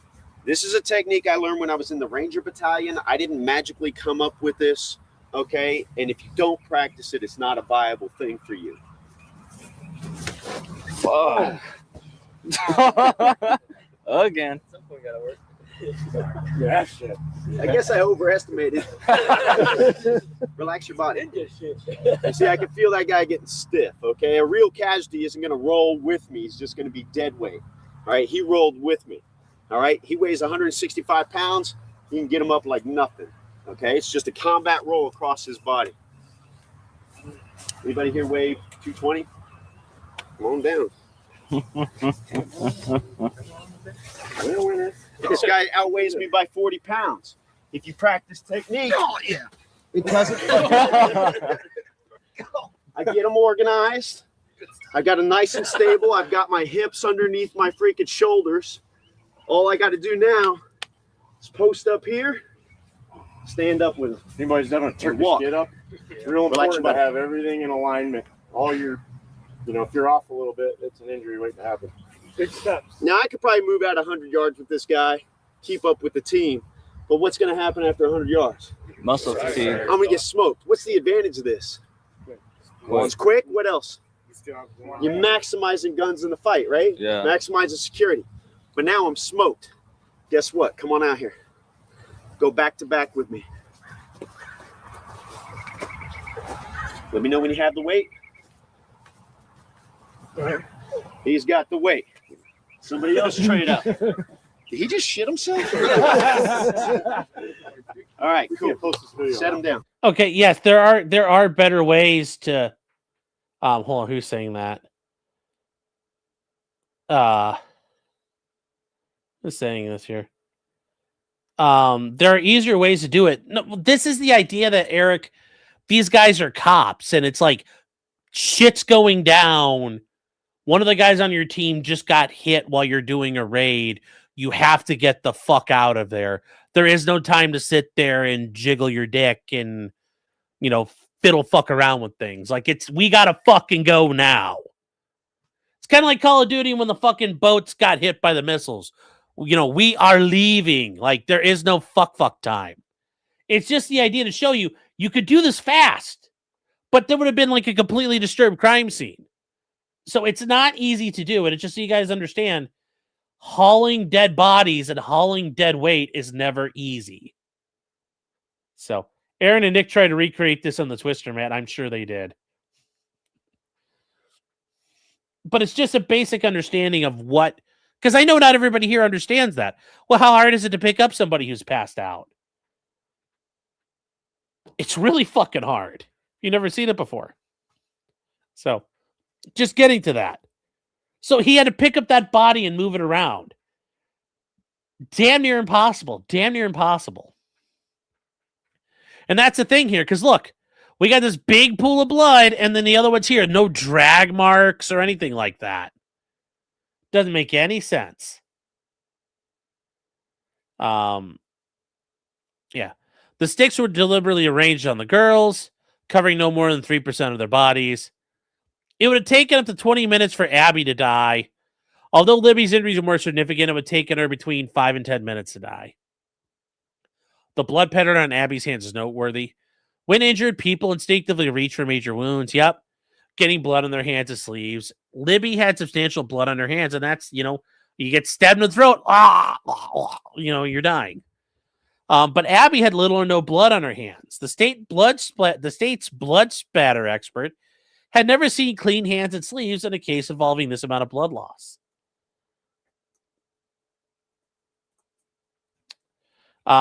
Eric says, did Aline or Alan or Logan do the whole tactical roll-up, though? No, but you know what you could do instead of having to do it if you're with people? Grab the feet, I'll grab the arms. My point is, you can do without making a mess of a scene if you have friends. But if you're operating by yourself, there's only so much you can do before you're dragging everything along. That's the more of the point I'm getting at here. Yes, Libby was a big girl. The absence of blood may be consistent with unconsciousness or restraint, but there were no defensive wounds, bruising, blunt force trauma, or ligature marks in either girl. And remember, chat, we talked about this before. When people get stabbed, poof, you're punching. People receive blunt force trauma from the weapons impacting. It just getting slashed, there's so many ways you could have blunt force trauma. She could have clean hands if she was restrained, but there's no ligature marks, Stabby. She could have been restrained, but there's no marks on her, oh my God, trying to break free of whatever's holding her. Nothing indicating she was restrained at all. So why are her hands clean? Doesn't make any sense. It don't make no sense.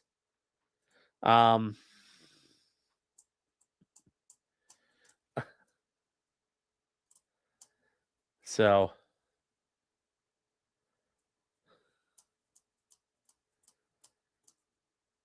I said the bodies were laying in the prone position, yet both girls' faces had blood patterns flowing upward against gravity and over their chin and face, like they were hung upside down like deer. Thus, sometime during the murders, a person articulated the girls' torsos and necks above their chins. So, they were being held upside down as their throats were slit. And stabbing, you're saying restrained by a second person. Okay, well, that kind of, yeah. Yeah. Yeah, or held up like pigs. Yep. They say it was clear someone lifted Libby's body to create the flow pattern. Abby had a similar pattern, which meant the body was also articulated. This occurred while Abby was wearing Libby's clothes. About 4 feet off the ground, there was a noble blood pattern on a tree that had Libby's blood. That requires almost like a block and fucking tackle. It's almost like ritualistic fucking murder. Who would have done that? I don't know, a bunch of butt fucking Odin worshippers who share Odin's spear in the woods. Wow.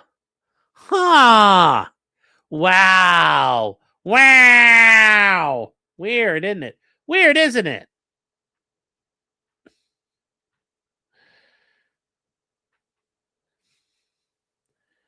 Notice, wow, blood smeared up all on the tree. Woo! And it's not even smeared. That's like blood drizzled onto the tree. Weird, isn't it? State performed a sexual assault kit on both girls and found no evidence of sexual assault. Despite testing the kit, hundreds of clippings from the clothing and swabs, the cartridge and cell phone, and law enforcement found no DNA from Richard Allen, which means he is probably the only guy in history to ever murder somebody and leave no DNA ever. Ever. That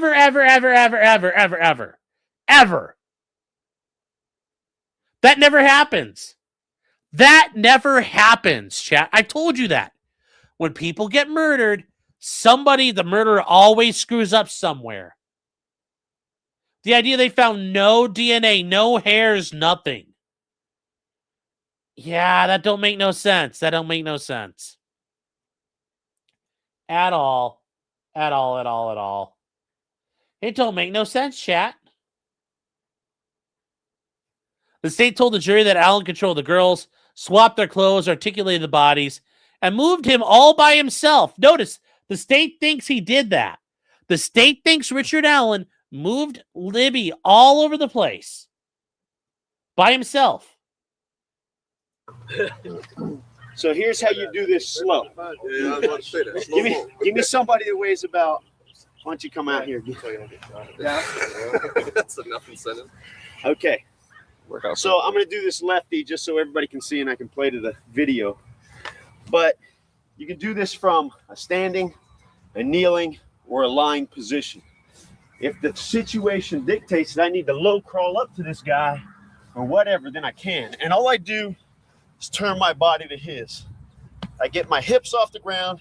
I rest my back on his chest or on his gear. Can you breathe? Yeah. I don't care. Why? It's not your priority. It's not a priority right now. Moving him is a priority.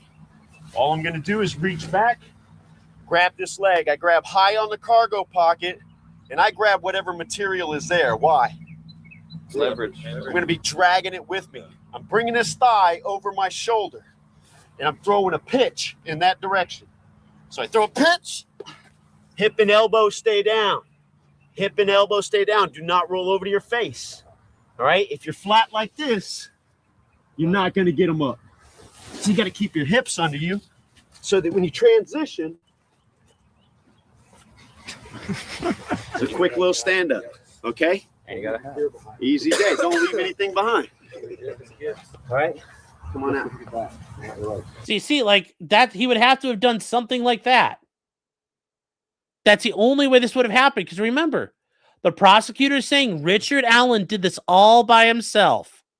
All by himself.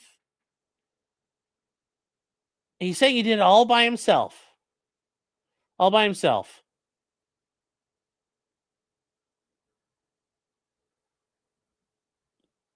And Shredder, the point is, that's why this isn't being argued right now in trial. That's why the appeal's not doing this. Samurai saying, as a combat medic, we don't do fireman's carries off the X. Yes, he's talking about these are not ideal situations where he's saying you do this.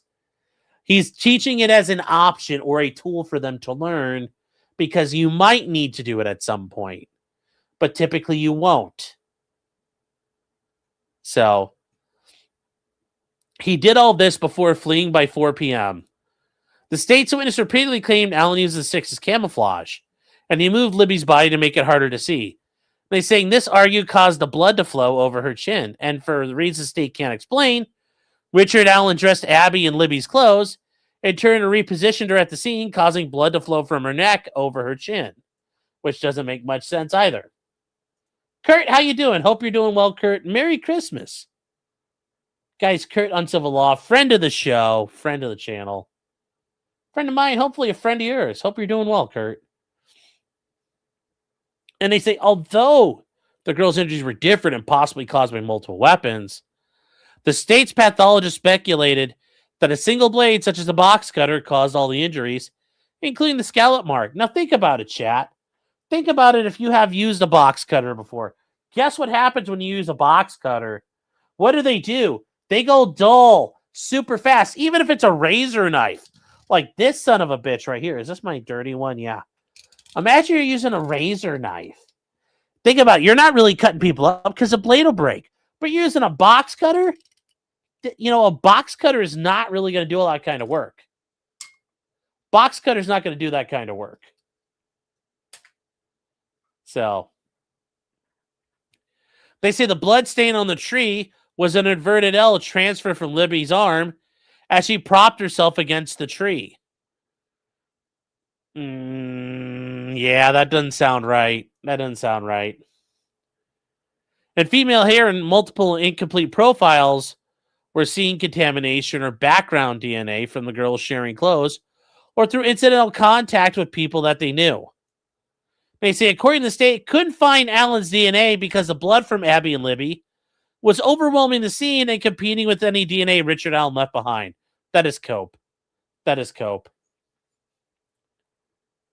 I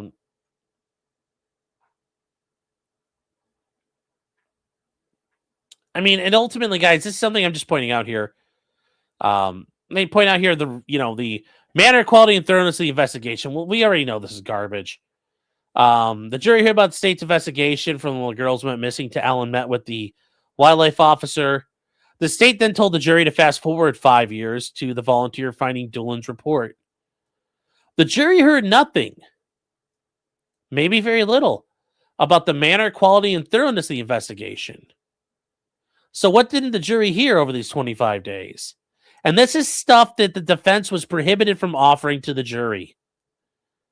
The jury never saw the sketch below, which is the man Blair saw on the bridge when they were approaching. And that's a problem. You notice they weren't allowed to show this. They weren't allowed to show this. And this is the one that Blair rated a 10 out of 10. She reaffirmed her confidence and said she could identify Bridge Guy if she saw him again.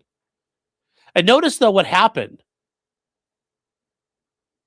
She never said, that's Bridge Man. They never made anybody identify Richard Allen in court like that. Because they couldn't, and they know that would be supporting perjury. Nor did the jury hear Blair, and at one point, the ISP believed the man she saw was not the man Carbaugh saw, bloody and all kinds of torn up. He took a plea deal. No, he went to trial. He went to trial all the way through.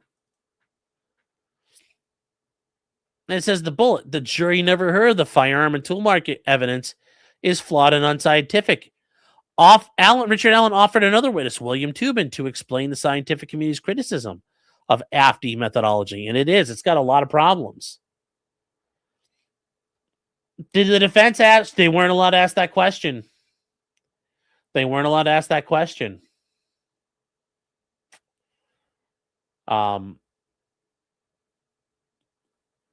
They were not allowed to ask that. He has extensive experience in metallurgy, bullet lead analysis, and tool mark principles, along with a background in stats. He is familiar with the President's Council of Advisors on Science and Technology, which has criticized the AFD methodology. And he reviewed the work and was prepared to explain the flaws in the methodology. The guy had been in over 297 cases and was recognized by multiple state high courts as an expert on this topic. He was denied. Yeah, it seems like a really cool question to be asked, but Judge Gold said no. Yep. What was the reasoning from the judge? She's a fucking retard. That was her reasoning. The confessed motives. The jury never heard that Allen's confused, disjointed ramblings and screams during the months prior. The trial court permitted Allen to play 15 videos of him in solitary to impeach his confessions, but he was required to mute them. The excluded audio showed the following. Allen with blood on his forehead, Allen screaming for his dad, asking guards to hold his hands. Guards ordered Allen to cuff up, naked and confused. He clutched the sink and shook. When the officers entered, Allen begged to be put on an airplane and told them not to believe his last confession. Another inmate, while he was being transported away, somebody was screaming, "Kill yourself, Richard Allen." On April 17th, during transport to an injection, Allen asked for his mommy and daddy, rambled about suicide and time travel, and claimed to be both the stupidest and smartest person ever. A guard told him the games were over and commented on his feces. And Allen said that Rocky Balboa is my favorite actor. A guard noted the feces had been on him for a while. During a haircut, Richard Allen stared into space. He responded, "Leave the top." During a shower transport, repeatedly saying there's a God, please don't do this, make it painless. With turds on his face, he has to be euthanized. He said he was King Michael, claimed he had started World War III, tried to save his family and Donald Trump. Good for him, trying. Sang hymns, quoted scripture, and asked to be cryogenically frozen. Based. Like Ted Williams, chat. Like Ted Williams. The guards carried a drooling, catatonic Allen to the infirmary. They discussed his cholesterol and blood pressure rather than his non-responsiveness and involuntary jerking. Allen asked the court to watch these videos with the sound, And it says the jury did not hear Alan the morning he started confessing, telling his family that he was confused and losing his mind. In the first call, Alan told his dad he was losing his mind and was uncertain how much longer he was going to be lucid. And Alan said, "You guys know I would never do something like I've been accused of." Alan felt he'd been tortured, like he was in Guantanamo Bay. Yeah, it is.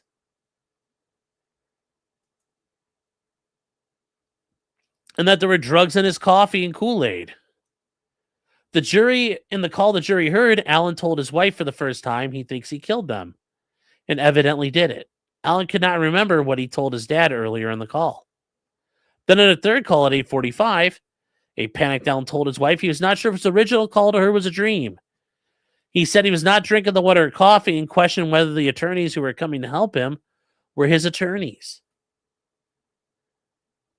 The jury only heard the second call with the confession, along with Trooper Harshman's opinion that Alan showed no indication he was under duress or stress when he made that admission. They point out the detail the killer would know. A jury never heard Alan could not have walked the girls across the creek to kill them after seeing a van, as he confessed. The state had video showing Weber's van arriving home 25 minutes after the pause and movement of Libby's phone and nearly 15 minutes after it stopped moving altogether. They say that show's security camera from Weber's home showed him arriving around 2:44. The state had a report prepared by the FBI which confirmed that Weber's cell phone arrived home around 2:50. The jury never heard that Alan confessed the details the real killer would know were wrong, including that Alan said he shot the girls, which they were never shot. The judge prohibited Alan's expert from identifying signs of Alan being in a state of delirium and hallmarks of a false memory. One such hallmark was the facts Alan got wrong. Richard Allen also confessed as he was on the phone talking to his wife, "I murdered my wife and I murdered my daughter," while they were on the phone talking to him. You know, his alternative exculpatory explanation of the scene. The jury never heard that many investigators believed in investigating the murders as part of the Norse pagan rituals, and the usual and complex scene had textbook features of it. You know, that there was always a discussion about this in the Nordic runes. Many officers believed the scene was too complex for one person. And within the first week, they went to the FBI's behavioral analysis unit.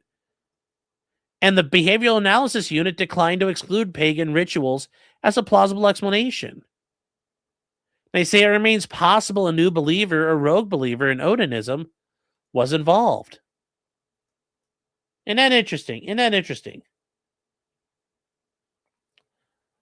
This is the Purdue professor also consulted with law enforcement about this. Remember, this is the one they lied about. This is the one where they said, "We don't remember who we talked to." And that professor came forward on his own. Because they're like, "We didn't take notes. We don't remember who we talked to. We talked to a professor somewhere. I don't remember." It says law enforcement consulted with an undercover ISP trooper regarding sticks and the blood stains. The officer was familiar with Norse symbols throughout his covert intelligence. He agreed the blood on the tree resembled the pagan Fehu rune. And again, he found similarities between that. And it says once Allen was charged with the murders, the defense team consulted a nationally recognized expert, Don Perlmutter, who found 7 features of pagan ritual. And they included location, that a Norse pantheon of gods like Thor and Odin. They have a nature-based ideology where events and rituals are conducted outdoors in wooded areas and near water. This murder occurred outdoors in a clearing and near a creek.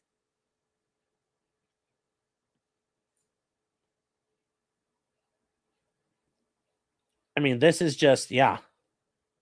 The date. They talk about the Nordic holiday Valaspot, which honors Odin's son, begins at sundown on the 13th and continues to February 14th. The girls went missing near sundown on the 13th and were found the following day. The means used. Ritual killings often involve a knife or a ceremonial knife. And here the girls would kill a knife that made a scalloped mark. And the sticks. The crimes of all symbolism, and the pagan symbolism includes arranging natural objects in a specific way like runes. They're integral to the magical thinking involved with those. And it says the stick arrangement showed intentional symbolism. It's difficult to explain the sticks as hiding the bodies. They're absolutely not working that way. They're not functional that way. The stick arrangement mirrored the Norse rune Gabo. Because they're gay! And remember, if the Norse pagans out in Indiana see this, you're all a bunch of bitch-made faggots. Just saying. Hiding Odin's spear. That's what they do.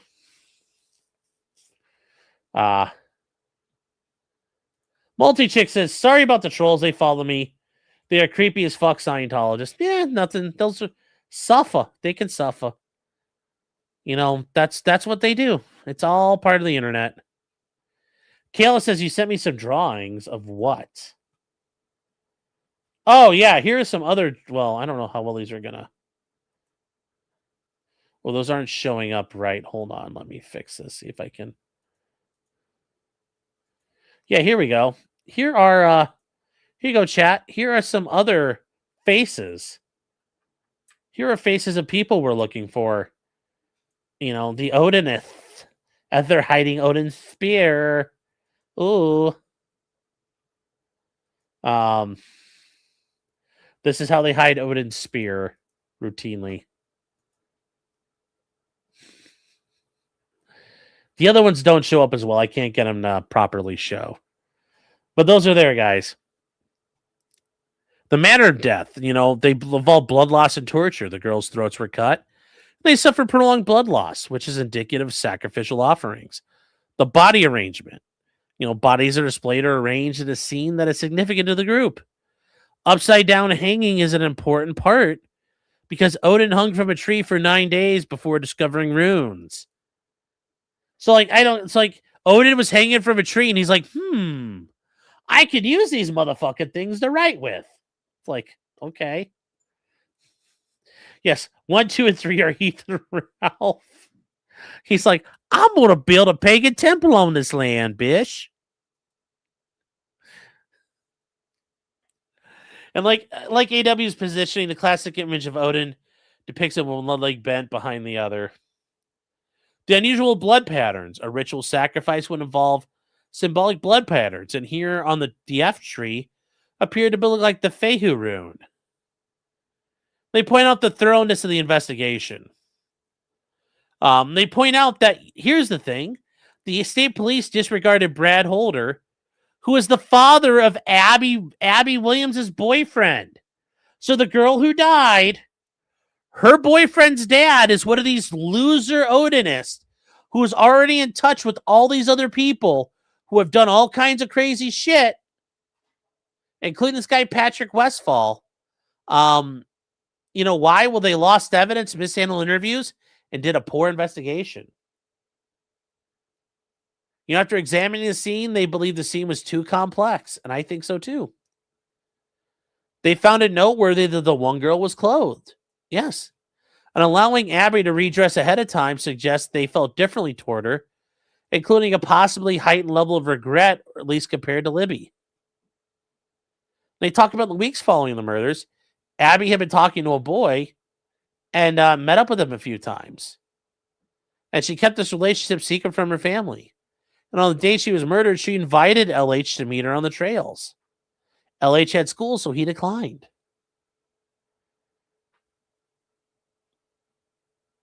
And okay, I agree. Your pictures aren't big enough to show. They say, while law enforcement was searching for the girls, they learned about LH and AW's relationship, pulled him out of class, and searched his phone. That moment, LH texted his father, Brad Holder, she's missing. You know, the lost and missing interviews. In 2017, they interviewed both LH and Brad Holder. By then, law enforcement already suspected the murder involved a pagan ritual. And during the interview, Brad Holder reported being involved in a pagan tribe and spending every weekend in Delphi engaging in pagan rituals with Westfall and 5 or 6 others, involving animal sacrifice and human bloodletting. Yes, I'm doing it. I'm a pagan. We're an Odinist. I'm here to hide Odin's spear. Come here, Patrick. I'm sure that's how it went most of the time. Holder admitted to knowing about Abby and his son's relationship, but he denied ever meeting her, which was actually not correct. He had met her. He lied about that. They recorded the interview, but the Delphi police recorded over their only copy before 2017, permanently deleting it. Only a one-page narrative of it remains. Brilliant casework, chat. Brilliant casework. Yes, they're pagans. They put the gay in pagan. Yes. Hi! Pagan, more like pagan, I'm sure, yes. Yes. According to that narrative, Holder police told police he owned a .40 caliber Smith & Wesson, but law enforcement never collected it, nor did they collect his cell phone. Yeah, they never did. They also interviewed Westfall. They failed to record this interview. Only a 5-paragraph narrative remains. Yep. According to his interview, Westfall knew the Woods very well. He reported knowing the girls, but denied ever meeting them. He also reported being a religious leader for local pagans, and he wore a necklace to the interview representing his efforts to pledge to the Vinlanders, a pagan social club. So gay. There is no indication about asking whether he owned a .40 caliber firearm, and Westfall's phone was not searched. They say when asked for an alibi, Westfall claimed he was at home with his minor son. Holder told the officers he was at work at Liberty Landfill. They say the officers visited the landfill to investigate and spoke with an employee, provided a printout showing Holder swiped out of work at 2:45, which is 30 minutes after the bridge guy video. They then invited the officers to review the video to confirm the printout's accuracy, but they declined, nor did they interview other employees to verify the guy was actually there. The unified command of autism and retardation that they had marked Holder as a cleared suspect. Tipsters continue to identify Holder as the bridge guy. Tipsters repeatedly called and reported Holder as a person of interest. Holder posts videos of half-dead women and fascination with tree branches. Each time a tip came in, law enforcement marked it cleared, nothing further, covered, or alibi confirmed. And then in 2017, Detective Purdy interviewed Holder to get his assistance in connecting the murders to Norse paganism. Because Holder was a suspect, Purdy did not record or document this interview with the report because he was not a suspect. And they declined to interview him after it was found out he was posting pictures of young girls with sticks on their bodies. But somebody shared pictures from Holder's social media. It was a concerning similarity. Those pictures depicted young girls believed to be deceased with sticks on their bodies. They also noticed similarity of the stick formation on Abby and a bind rune Holder tattooed or drawn on his hand. Yeah, that's totally not at all like that. Yeah. Isn't that weird? Isn't that so weird? Isn't that so weird? He says that's a bind rune. That's a bind rune on my hand. Basically, I took a Gable rune and an Isa rune and I made a bind rune. It's like I made my own thing. I'm like totally Norse and pagan. Like, this sounds so cringe. I'm making my own symbols. Holder's social media also featured him holding guns, okay, which is not a problem. And homemade knives, once again, not a problem.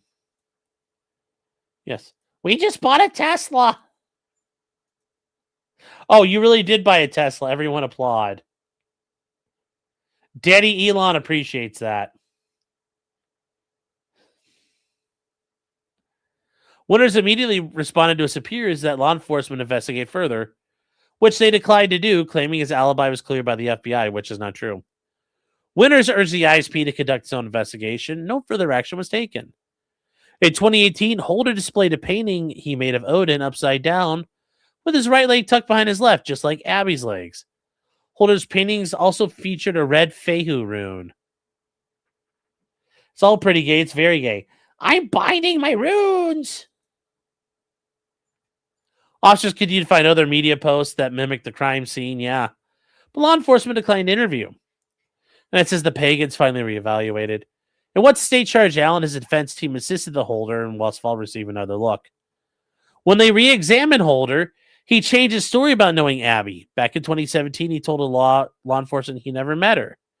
But in 2023, he told law enforcement he met her once. And during a deposition in 2024, he said he met her 2 or 3 times. At least one of those times occurred shortly before the murder at Patrick Westfall's home. Why are these people at these fucking Nordic losers' houses?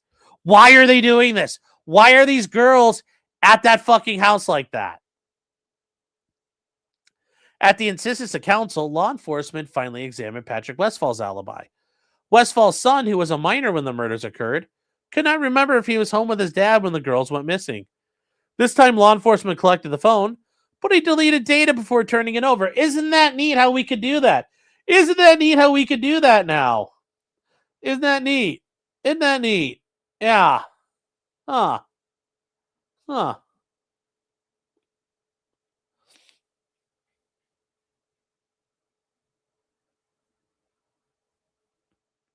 What are you guys talking about?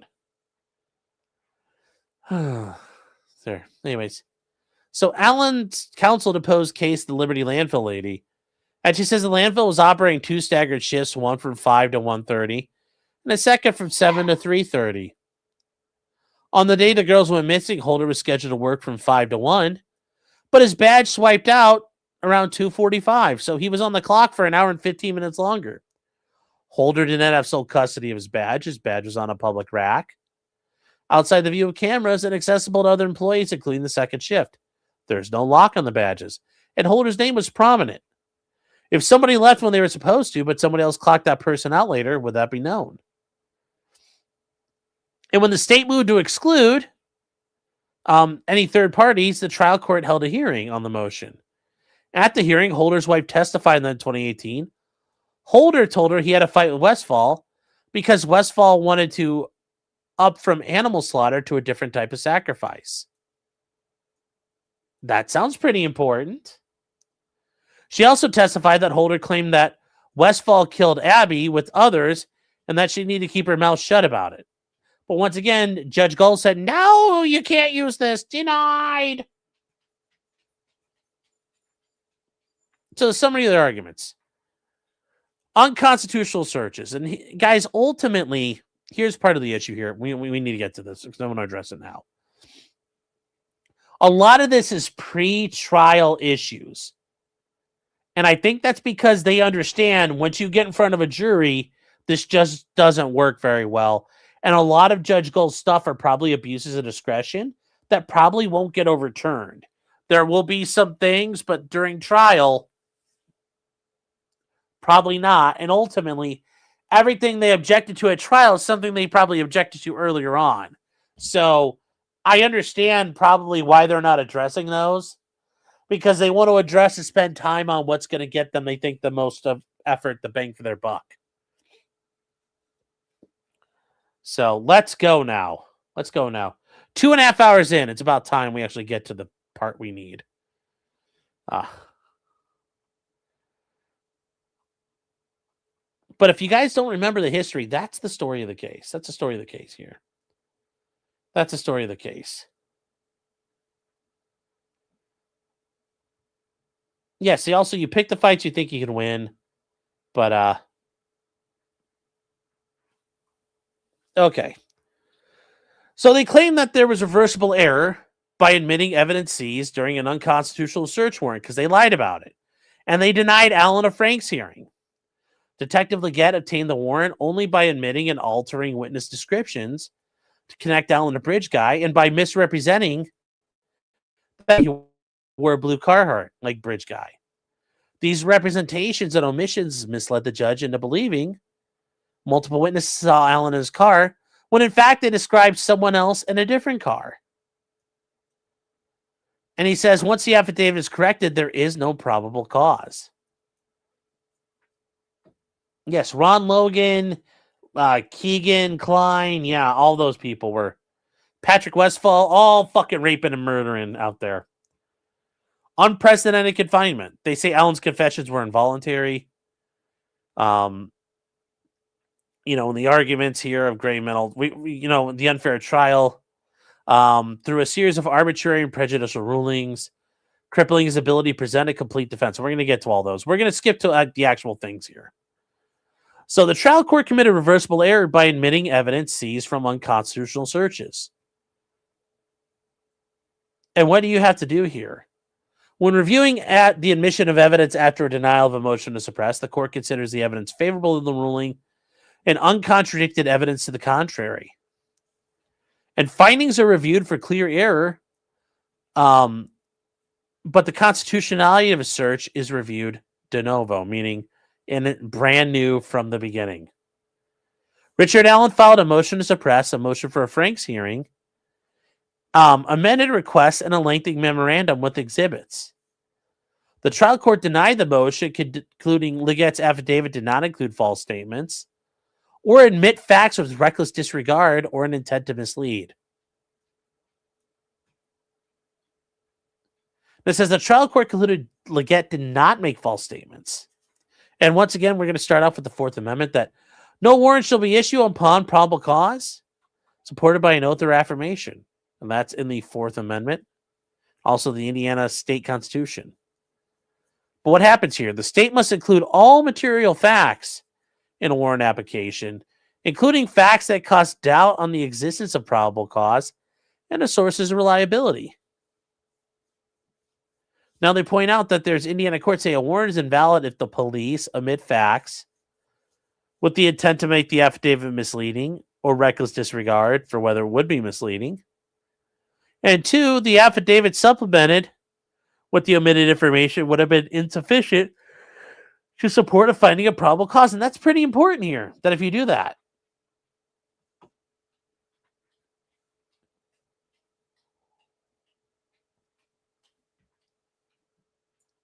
Hi, Louie. Come here. Come here, Louie. Come on. Come here, Lulu. Come on, you can do it. Come here, Louie. Let me see if this will help him. Come here, Lulu. Come here, guys. Come on. Come on, they're standing in the doorway. There's too much stuff in here. Come here, Clyde. Clyde, come here. Clyde, hey. Clyde. Come on, buddy. No, Clyde's not going to come up here. They're just sniffing around all the new stuff. They say the defendants must prove a reckless or deliberate statement by a preponderance of the evidence, and that's Franks v. Delaware. So those of you remember talking about Nick Rekieta, there you go. You want to see that? Here, hold on. Hi, Louie. Hey, Louie. Louie, hey. I was trying to get him, and here, Clyde, come here. Come here, Clyde. There we go. Come here, Louie. Anyway, so you got a Clyde now. Get a Clyde sighting. Hi, buddy. Hi, buddy. Oh, there's a Louie tail. I can see. Oh, he was just there. Hold on, chat. I'll bring Louie into the picture. Louie. No, he ran away. Sorry. Gonna have to suffer. Oh. The dancing rat, thank you. So, yeah, sell Clyde all the time. Here we go. All right, let's just keep going. We're going to keep going here. All right, Clyde, join me. And they say an officer omits evidence reckless disregard. The officer withholds a fact in his ken that any reasonable person would have known that the judge would wish to know. Examples include facts undermining the type of drug seized on an informant's reliability. This includes details undermining an officer's conclusion. They point out were cases where incorrectly reporting a witness's description of a suspect. They talked about changing key information. And he misled the court in 4 ways. First, he misled the court to believe that Blair's description of the man on the bridge matched Allen when it did not. Legette told the court that Blair said the man was standing on the platform wearing a blue jacket and jeans. But Legette also admitted the rest that did not match Allen, that the man had poofy hair and was in his 20s or 30s, youthful and medium build. And then once again, saying, this is all important here. This is all important, and it wasn't included. All right, Clyde, I'm going to set you down. You're getting a little heavy there, Clyde. There you go. There you go. Also, real quick, chat, I need to check one thing. Make sure nobody's getting a hold of me.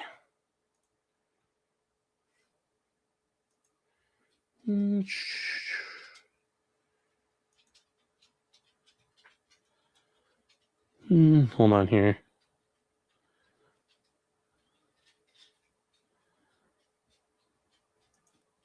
All right, no, we're all set.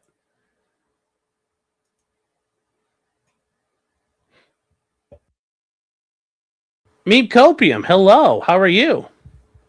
Hope you're doing well. The most I'm the Grand Wizard of the Clyde cult, yes. Hold on, what are you guys talking about in meme? Crazy Days, Japan had a 50-car pileup, also unreplated. Back from my road trip. Well, congratulations.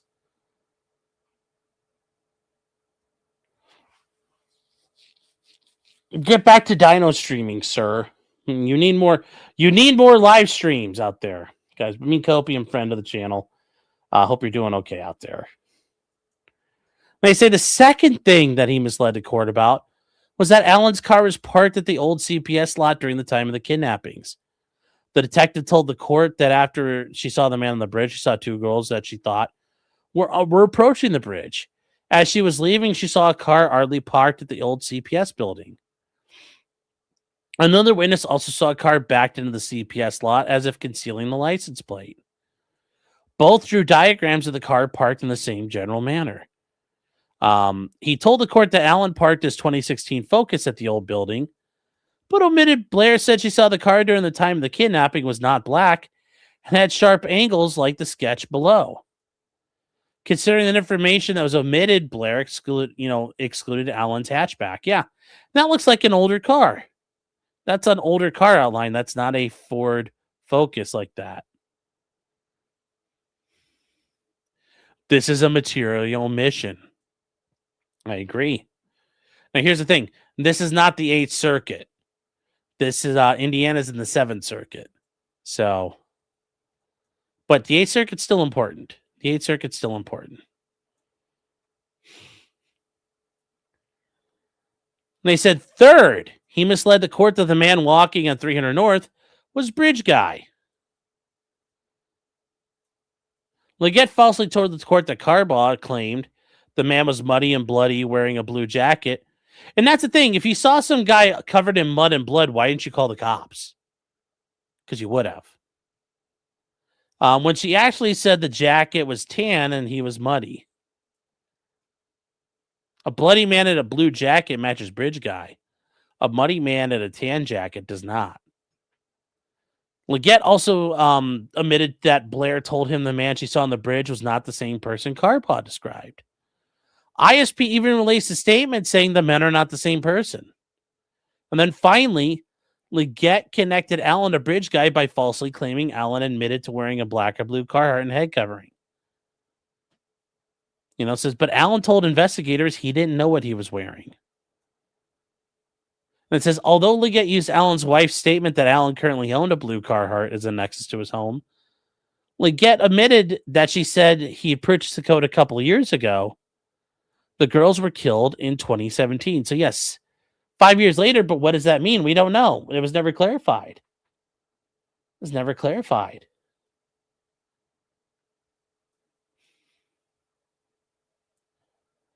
Also, real quick, Cyanide Cologne says, hey, remember, Dexter got caught repeatedly. Yes. Yes. Very true. Very true. Very true.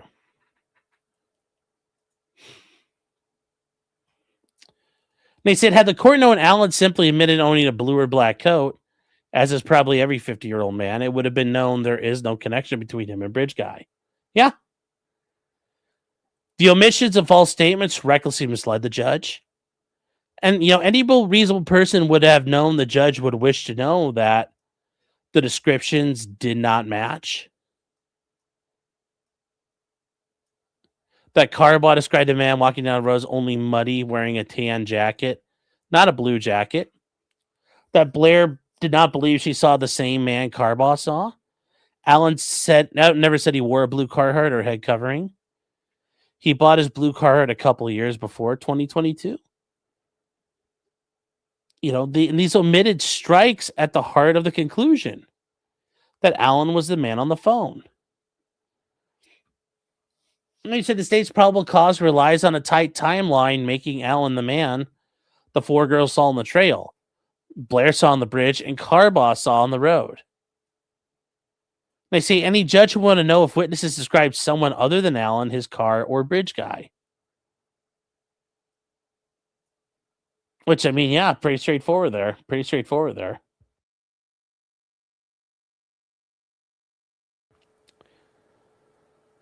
And they say, moreover, the fact Liggett lied twice in the affidavit about the connection between Alan and bridge guy, like the blue jacket, shows more than reckless disregard. The falsehoods were directed at connecting Alan to Libby's video, which would otherwise include any white male. And they say with the omitted inaccurate evidence, the affidavit was insufficient. But they point out that probable cause exists when there is sufficient evidence to cause a reasonably prudent person to believe a search will uncover evidence of a crime. And that's from Illinois v. Gates. And they say a reasonably prudent person would not believe Richard Allen was connected to the murders, or evidence would be found. And they say the state is left with Dolan's report claiming Allen told him he was on the trails between 1:30 and 3:30 p.m. and he saw 3 girls, not 4 girls, like those who thought they saw Bridge Guy. It says during his 2022 interview, Allen admitted wearing blue jeans and owning a gun, knives, and a blue or black jacket, and walking out of the first platform of the bridge to watch fish. Once again, this whole fucking thing is so weird and doesn't make any fucking sense at all to me. Like, why are you going to the park, man, in the middle of the week?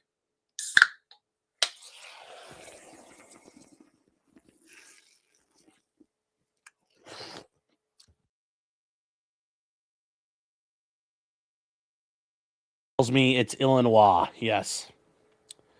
It's Illinois. But why would you talk about, like, this whole fucking thing makes you sound weird. Well, I just go walk in the woods and I look at the fish. It's like, come on, man. Lots were there because it was reasonably warm. Yeah, but it just still seems fucking weird.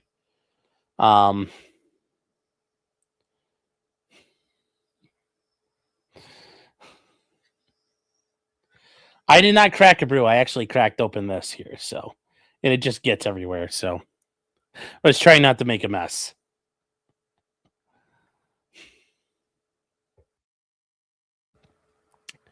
Says, but Alan does not look like anything like the person Blair saw on the bridge. His car is a different colored shape than the oddly parked car.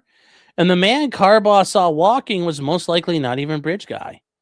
And if Alan be on the trail within the same 2 hours the girls were abducted is enough for a warrant, law enforcement would obtain one back in 2017. Yeah. Yeah. No, it's not a White Claw. It's not a White Claw.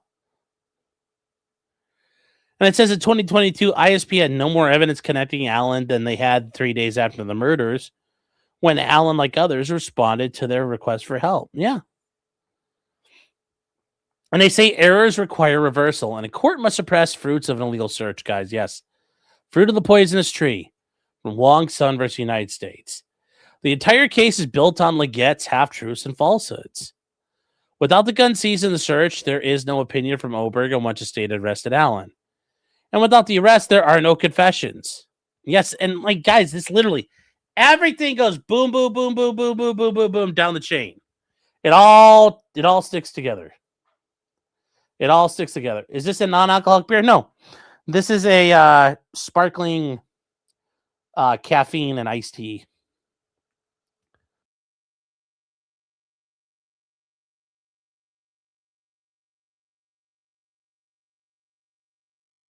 That's what this is. So, if the warrant was illegal, the state has no case. Correct. Even as court finds a confession was not a product of solitary, Alan is still entitled to a new trial. It says, before a constitutional error can be held harmless, the court must find that it was harmless beyond a reasonable doubt. And without fruits of the search, the gun, the casing, and a hope box, the Carhartt, the knives, and computer, the state cannot prove the jury would have convicted. Yes, that's true. And it says at minimum, Allen is entitled to remand for a Franks hearing.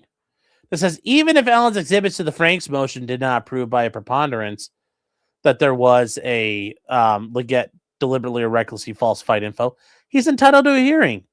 A defendant who makes a substantial showing that the affidavit included a false statement is entitled to challenge the warrant at a hearing.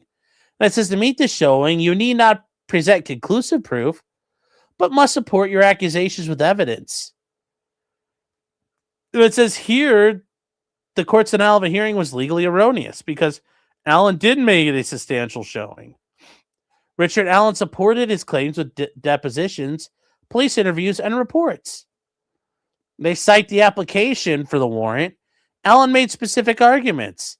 They say in a final motion, Allen reiterated these points, urging the court to compare the affidavit with Blair's and Carbaugh's interviews. It says, tellingly, the trial court is willing to schedule a Franks hearing.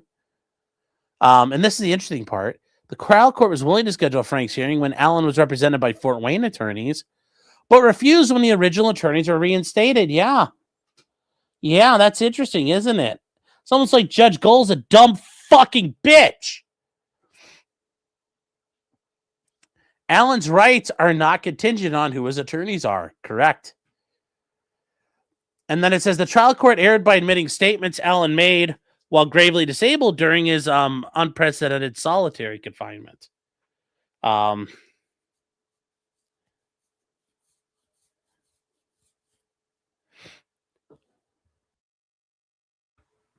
this is where he says, this is a quote from Nelson Mandela. Because Nelson Mandela was incarcerated at Robbins Island. Now, Nelson Mandela, they'd have you believe he did do nothing wrong. Well, yeah, the ANC was a bad group of people. So, but he says, I found solitary confinement the most forbidding aspect of prison life. There is no end and no beginning. There's only one's mind which can begin to play tricks. Was that a dream or did it really happen? One begins to question everything. But yes, he spent 25 years on Robbins Island in incarceration. So, yeah. Yeah, Nelson Mandela was involved in a lot of nasty stuff. So.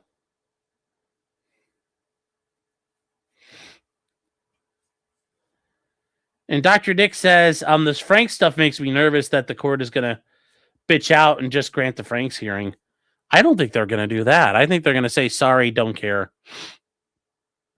I point out solitary confinement is a form of punishment. And depending on its conditions, even torture. When Richard Allen was held in solitary for 13 months, it was well established that prolonged isolation causes psychological pain, ideation, and psychosis. And it says to protect inmates from this, the Department of Corrections prohibits solitary confinement over 30 days for anyone with serious mental illness and requires transfer if the symptoms appear. And they say when Richard Allen exhibited predictable symptoms of pain, confusion, and psychosis, the administrators refused to transfer him to a mental health unit. And they say when attorneys affirmed the court of his dire condition, the court also refused to remove him. And the prosecutor delayed and mocked counsel's concerns while collecting evidence of confessions. Well, prosecutors are assholes. That's what they do. That's how prosecutors are. So, they say the question for this court is simple. Should the state be able to benefit from Allen's psychological pain that their indifference to his mental state caused? It says human decency provides the answer. No. But the court's going to say, I don't care, because courts are assholes. Now, they point out that appellate courts review a suppression denial for substantive evidence of probative value that supports a trial court's decision. They say it considers uncontradicted evidence favorable to the defendant and reviews legal issues de novo. The voluntariness of a confession is a legal issue. It very much is. And they said that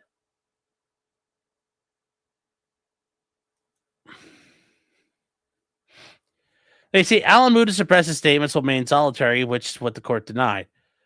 The court reasoned the statements were voluntary because Alan failed to show they resulted from psychological coercion or coercive interrogation.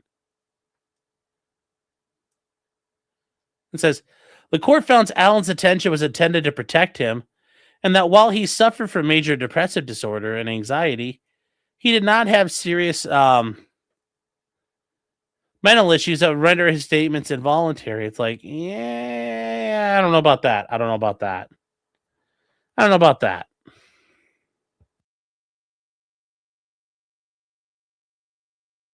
I don't know about that one. This is in addition to IDOC records and videos like those admitted at trial. Alan proffered an order in settlement from the Indiana Protection and Advocacy Group that the trial court excluded from suppression as irrelevant. They talk about the Southern District of Indiana held that IDOC's housing of inmates in solitary constituted cruel and unusual punishment. It violated the Eighth Amendment. And the Southern District of Indiana found that serious mental issues include delusional disorder, psychotic behavior, and major depressive disorder. And they say segregation is harmful to prisoners with mental health issues due to lack of social interaction, sensory deprivation, forced idleness, learning of decompensation, and psychological pain, which, yeah. They say an inmate decompensating from solitary may experience hallucinations, disturbances, memory problems, anxiety, paranoia, depression, eating problems, or engaging in self-harm or suicide. It says suicide further exacerbates the illness. And they go on here to talk about that segregation units cause a predictable deterioration of mental health prisoners' mental health, and that they diagnosed and noted patient decompensation. They knew these effects occurred, and they were cared to do it. It's just, why? Why can't they just do the thing they got to do? They point out further that after a hearing, the parties reached a settlement, including expanding definitions that subsume the court's definition, meaning they had a bigger version of what's going on.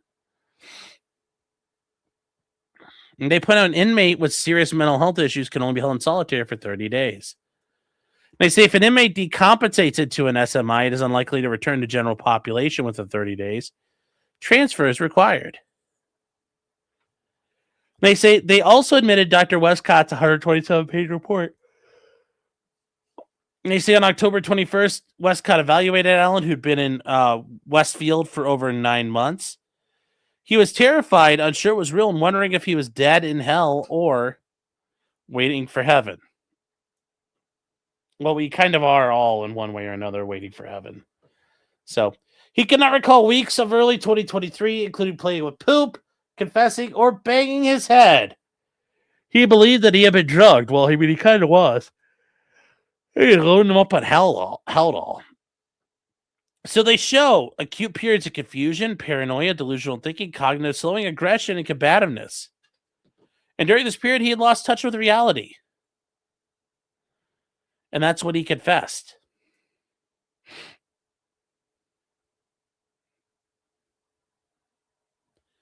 Now they go on to, and this is where the trial court abused its discretion by refusing to admit the settlement offer. And guys, remember, evidence is relevant if it has any tendency to make the fact of consequence to determine the action more or less probable. So remember, is all evidence relevant? Well, does it make it more likely or less likely that the thing that's being alleged happened? Does it make it more likely or less likely? Because things can prove it, or they can't. And if they can't, that means it's not likely. So it's kind of like a 50-50 thing there.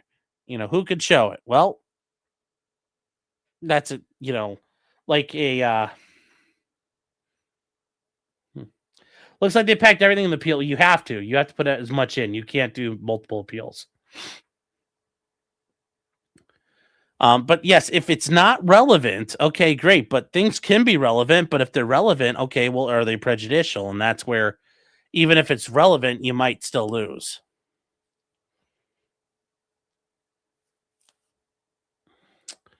And they say here the order sediment makes it more likely that Alan's psychosis was caused by his confinement. The order found solitary causes all the problems he has. And they say Alan was more likely to decapitate because he spent 7 months on suicide watch. Which is even more restrictive. Yes, because if you're on suicide watch, somebody sits there and stares at you to make sure you don't kill yourself.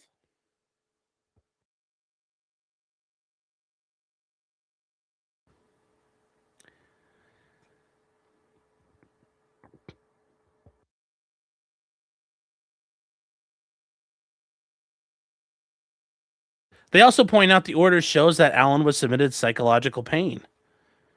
And it was predictable. And it shows how IDOC violated its own policy. And the state failed to provide his statements were made while he was voluntary. And yes, involuntary statements obtained through state action violate due process. That includes when they throw you in prison. And they say confession is voluntary if it's a product of a rational intellect and freely self-determined rather than overborne by state law enforcement conduct, which prison guards are state law enforcement. And it says state law enforcement can include psychiatric facilities and prison staff. Well, yeah, remember, they decided to put him in. The government decided to put him away. That was their choice to him.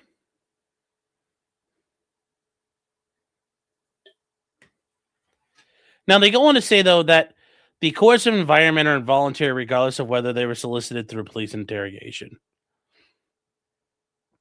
And they say when the state uses more subtle forms of psychological coercion, mental illness is more significant in the voluntariness determination. And they talk about the state can still exploit illness with coercive tactics, like interrogations that could be very aggressive. But they use an example of that would be like using truth serums. Like you inject that into somebody and they're not able to respond. It's like, okay, well.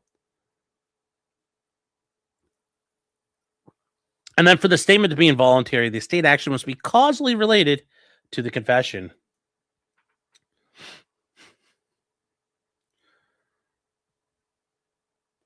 Oh, let's see here. What are we talking about?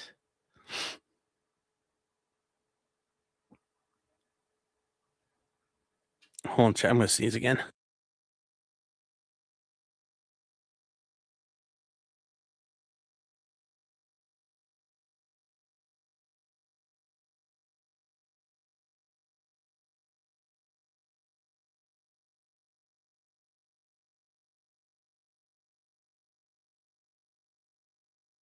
Sorry, that one's sitting there. I couldn't get it to go. And they point out prolonged solitary is state action. Richard Allen had a minimal burden of production. The maximum security confinement is state action. Unlike in Conley was a mentally ill guy who walked in a police station, Allen never came voluntarily into custody. He protested innocence until 5 months of solitary, except with no human contact except when he was chained or caged. And because it was pre-trial, his solitary is unprecedented and borderline unconstitutional. Yeah. They say other safekeepers were in mental health units, not in solitary. And it says on a continuum of possible punishments, solitary confinement at a maximum security prison is the most extreme. Yeah. Yeah, it's very extreme. And they said that it exceeded the 30-day policy restriction. They knew it could harm him. And when they observed the deterioration, they refused to transfer him. And they said, finally, the conduct also involved the prosecutor, law enforcement, and the court. And they said, after he filed his emergency transfer motion, citing his dire condition, the court waited 9 days to respond while the prosecutors monitored real-time calls in which Allen confessed. They say during this delay, Allen continued deteriorating.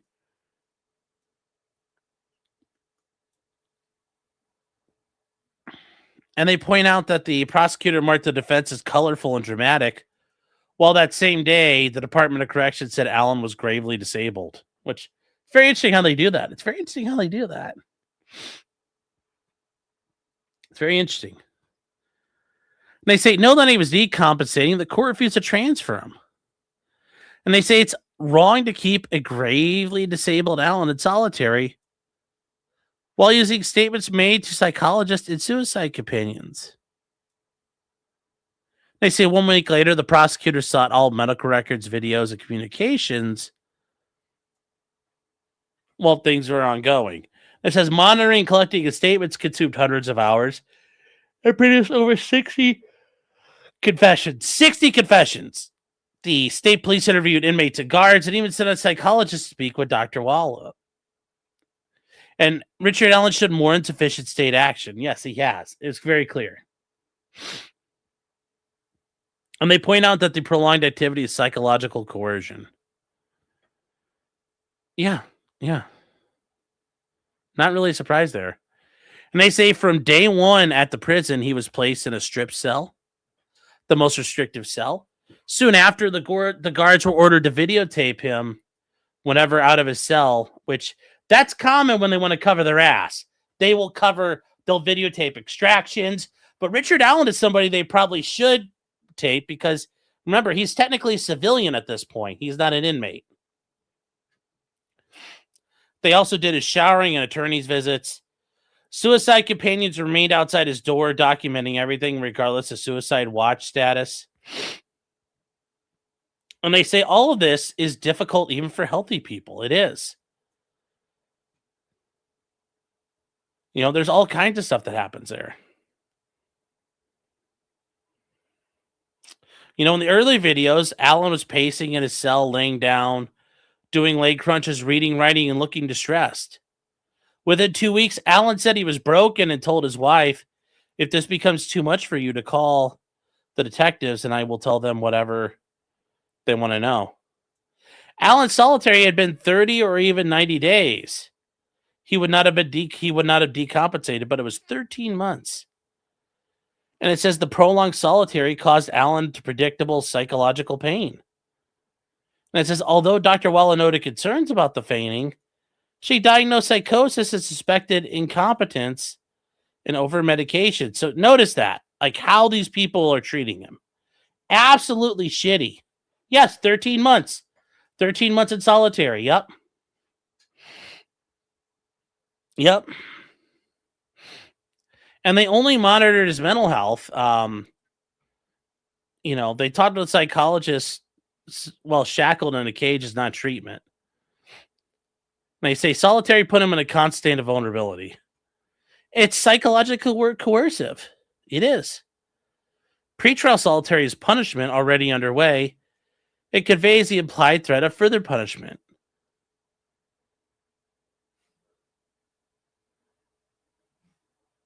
They also point out in this harsh environment, Dr. Waller controls all aspects of Allen's life, including whether he got bedding.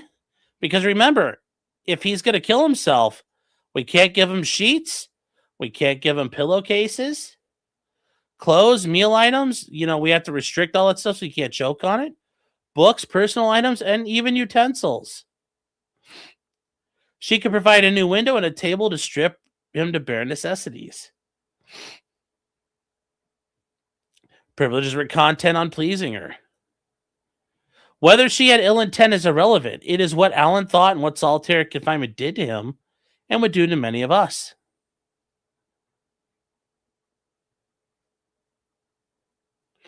And they point out that Senator McCain, they should have done John McCain, a prison camp survivor, explained solitary crushes your spirit and weakens your resistance more effectively than any other form of mistreatment. That's very true. It's very true. He was an expert on torture. And that's why he sold out to China. Richard Allen entered solitary confinement compromised. He left broken. Yeah, and that's the thing.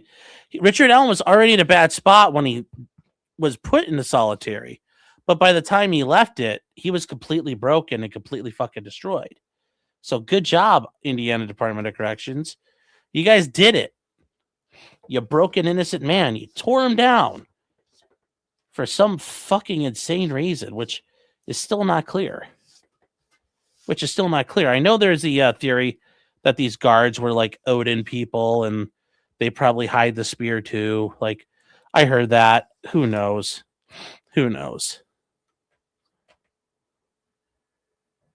They ruined him? Yeah. They say, of course, it's an article by John McCain. Yeah, well, we got to deal with what we deal with, chat.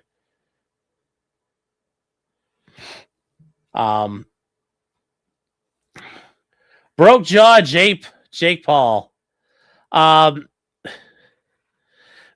know, I don't know what Scott Reich and I don't know what Kurt have said. Everybody breaks at some point. Could some people survive it for a while? Sure. Would I like to think I could just sit there and be like, boop, boop, boop, boop, boop, boop, boop, boop, boop, probably for at least for a day. Do I know by 2 weeks I'd be like, oh my God, get me out of here. Ah! I mean, maybe. Maybe I'd be okay for 2 weeks. Maybe I'd be okay for a month. But eventually everybody turns into the, ah! Like, that's everybody at some point. Everybody at some point turns into that. Everyone has a limit. Everyone breaks. Everybody will break. They say Alan's confessions were a product of solitary-induced psychosis. True.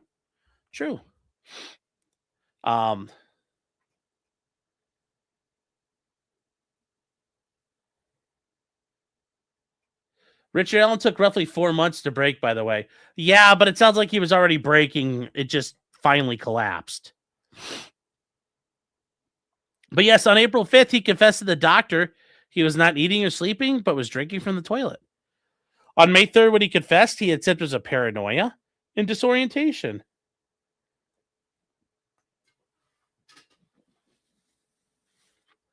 I would be so bored, I might start exercising to pass the time. Thanks, Debbie. Oh.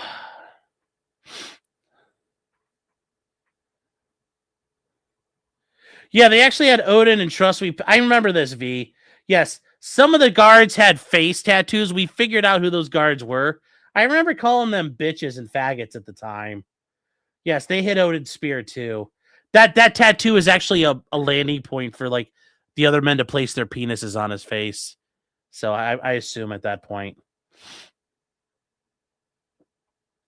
So, despite Wallach claiming he presented as more organized than he's been the day before, he was confusing nightmares with reality and claiming to have started World War III. Based starting World War III. I pretend I'm streaming in isolation. That'd be so funny. Just talking to my mirror. And they point out 2 days before he was too disjointed to hold a conversation. Days earlier, claiming he was King Michael. The confessions of guards were during bizarre and psychotic behavior. Guards believed he was faking, but they are not clinicians. And Dr. Westcott found no malingering through objective testing.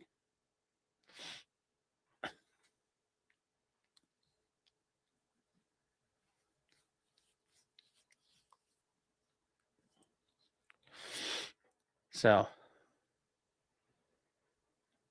well, let's see here.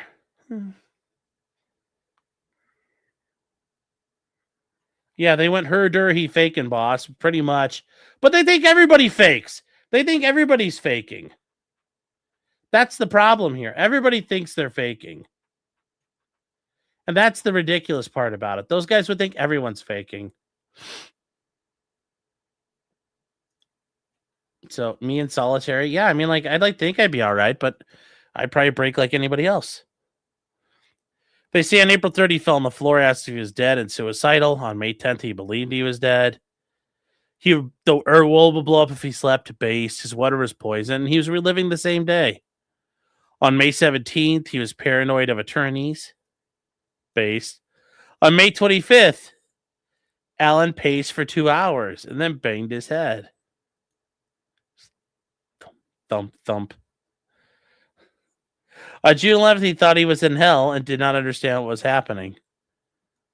I mean, like, in a Sartre-esque sense, interesting.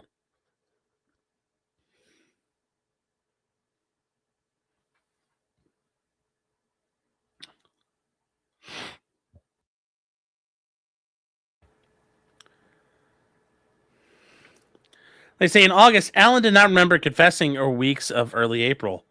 Throughout, he complained of memory loss. And the state action overbore his will. It did. He did not confess until after 5 to 7 months of solitary. Before the arrest, he consistently denied involvement. Dr. Westcott opined Allen's psychosis was caused by the stress of solitary on pre-existing illness. And remember, who put Richard Allen in solitary? The state. The government did that to him. They're the ones who put him there.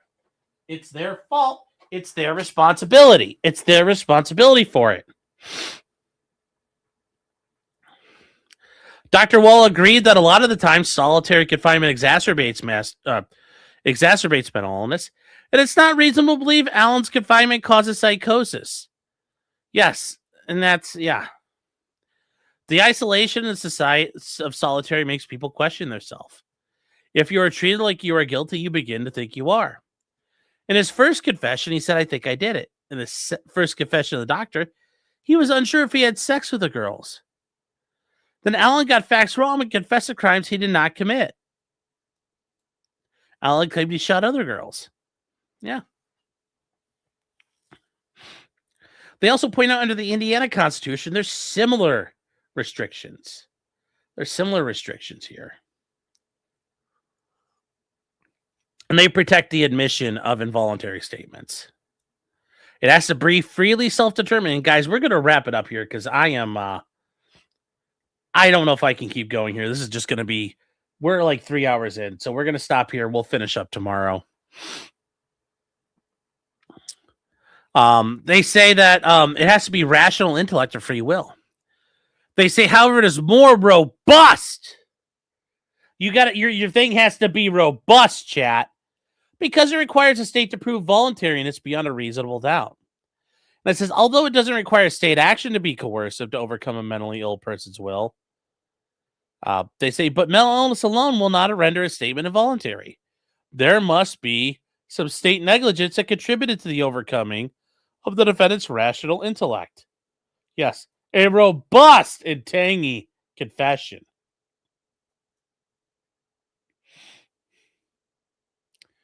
They say here, IDOC's refusal to apply their 30-day policy to Allen and transfer him to deteriorate is at a minimum negligent state conduct.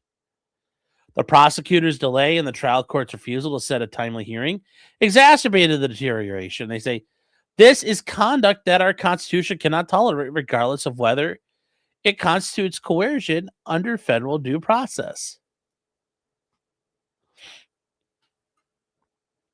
These statements were a product. These were not, the evidence does not show the statements were a product of an intellect beyond a reasonable doubt.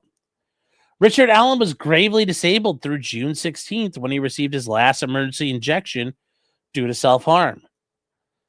And it says, although Wallace sometimes described Allen as more coherent, the state cannot have it both ways. Allen decompensated to the point of forced medication, but remained rational beyond a reasonable doubt. And that's true. You can't be both. You can't be both. Even if Allen could occasionally hold a conversation, that doesn't make you voluntary. And that's true. Just because you can confess, or, just because you can talk, does not mean you're voluntarily doing stuff. Yes. It's the, urban style confessions. Thank you. Thank you, Keopathic. So they point out that if the statements were voluntary, they are a product of unconstitutional detention. And they talk about prolonged solitary violates basic concepts of due process in the federal Constitution. And it says there are guarantees for every person for every injury done to him in his person. And there's remedies by due course of law. And they say here, Allen was sent to solitary for safekeeping without even a hearing or notice. And remember, as soon as he got arrested, the sheriff's like, I can't take care of him. And the judge in charge says, you know what? Cool. Go to prison. You'll be safe there. Done. Sign an order. And then, oh, by the way, I retire now. And nothing was ever done about that. Nothing was ever done about that. They say, even when his attorneys affirmed the court of his condition, the court refused to set a hearing in violation of Indiana code. It says, although the court eventually held a hearing, by that time, the damage was already done. They say fairness protections in criminal cases are found in different Indiana constitutional provisions. And they point out that just pretrial punishment violates federal due process. It violates the Indiana Constitution. Indiana is just one of 6 states protecting its citizens from unnecessary rigor. Yes, they don't like rigors here, chat. And they put out the framers wrote, no person shall be arrested or confined in jail or shall be treated with unnecessary rigor. Indiana Constitution, Article 1, Section 15. It says, typically this provision requires a prisoner suffers severe mistreatment. Well, I don't know, treat him to the point he's eating his own turds. That's pretty severe, I would argue. I think you've already met that burden here, guys. So why are they worried about this man eating his own poop? And why is that not important? Why is that not important, chat? I don't understand. I don't understand. I don't understand. I don't understand. Let me see here. Let me see here.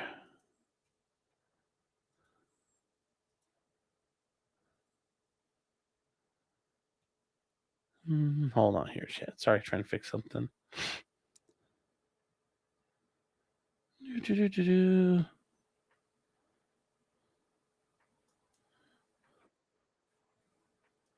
All right. So they say recognize these provisions apply. The Indiana Supreme Court has recognized humanity indeed forbids as a necessary rigor that this confinement should be absolutely solitary. Yes.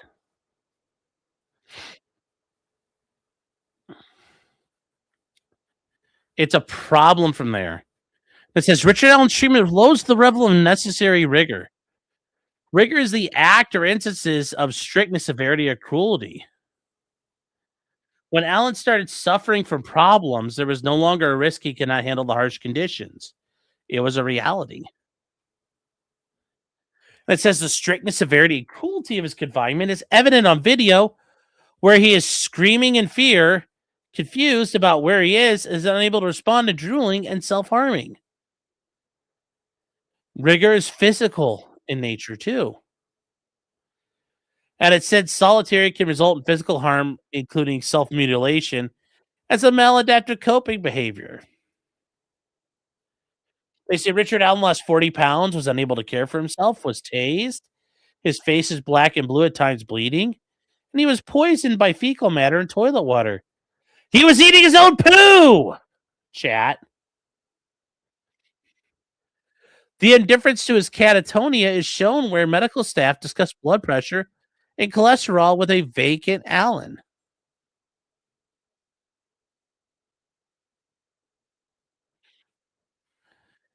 And they say the psychological physical pain were unnecessary. He should have been transferred upon deterioration as policy requires.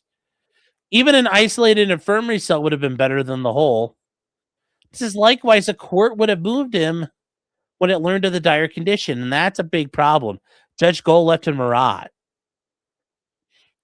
So what do? Well, this requires suppression. And 150 years ago, Dostoevsky wrote, the degree of civilization in a society can be judged by entering its prisons. And they point out in U.S. v. Davis, and they point out in 2015, writing about the effects of solitary, Justice Kennedy hearkened to this quote saying, there's truth to this in our own time. It's very important here. It says, applying the rule of these violations would deter abuse in our system and protect human dignity of people while awaiting trial. It says, Indiana has a robust exclusionary rule. It's so robust, chat. It says, Indiana adopted an exclusionary rule long before the Fourth Amendment applied to the states, citing all the way back to 1923. Which is nice. It says, under the exclusionary rule, to determine whether a statement is a product of an illegal detention,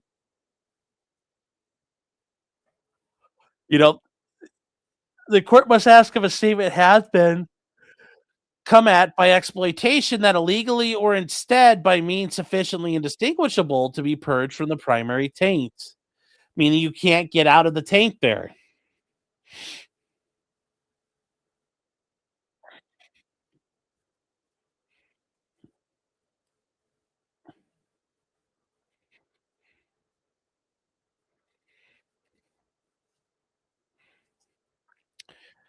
The court considers the time elapsed between the illegality and the acquisition of the evidence, the presence of intervening circumstances, and the purpose and flagrancy of the conduct. Okay, well, the time elapsed between the illegality and the acquisition, there's no time difference.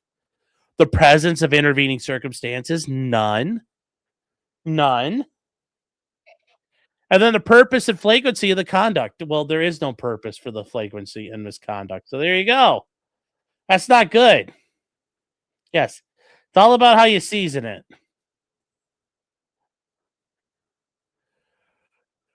Oh.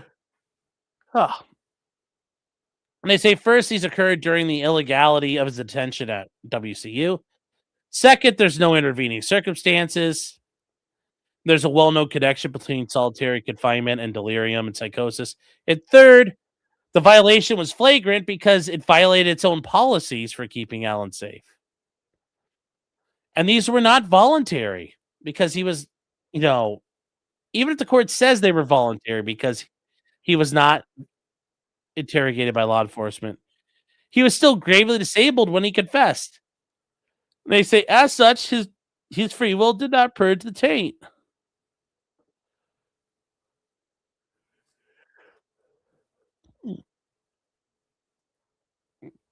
As such, his free will did not purge the taint of his detention. The trial court erred by denying the motion.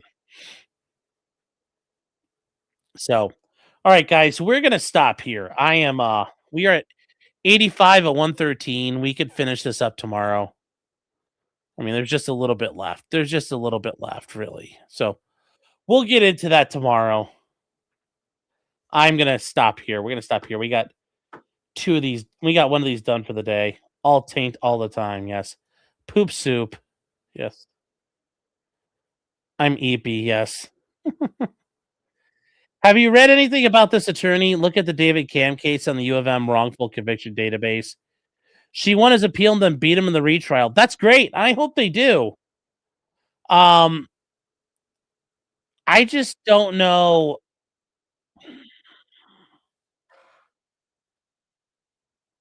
I mean, here's the thing. What do I think is going to happen? I want them to win. I'm just worried the court's going to be like, no, we're not winning. You're done. It's like, but that's kind of shitty. But I have a feeling that's what the court's going to do here. The court's going to say, sorry, you don't win. You're done. That's just the nature of appeals, guys. The courts routinely will take an appeal and just, they'll say the biggest thing. Hashtag harmless error.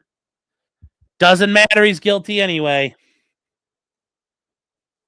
It's a little weird. It's a little weird. It's not really weird, but it's just, that's kind of how things go, guys. It's kind of how things go.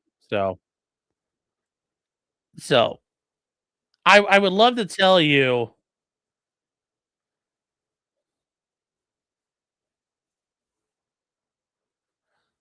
I just would like to tell you that it's not.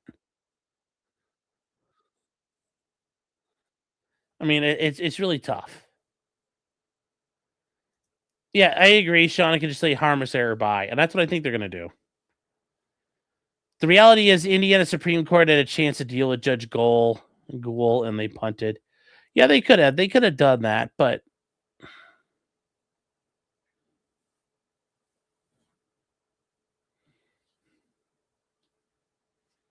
so I don't know what's going to happen here.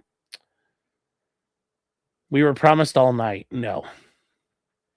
Invite Bob or Andrea on for part 2. I can see if they're available. I don't know if they will. I sound like I stole my cancer. Sounds like he stole my cancer meds. I don't know if that's a good thing or bad thing.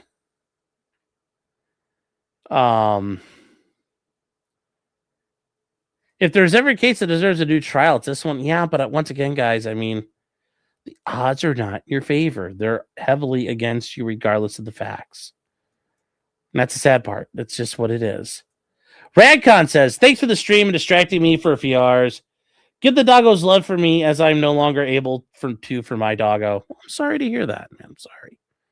Even when you know it's coming, it still hits you in a way you never expect. Yeah, that's true. It's true.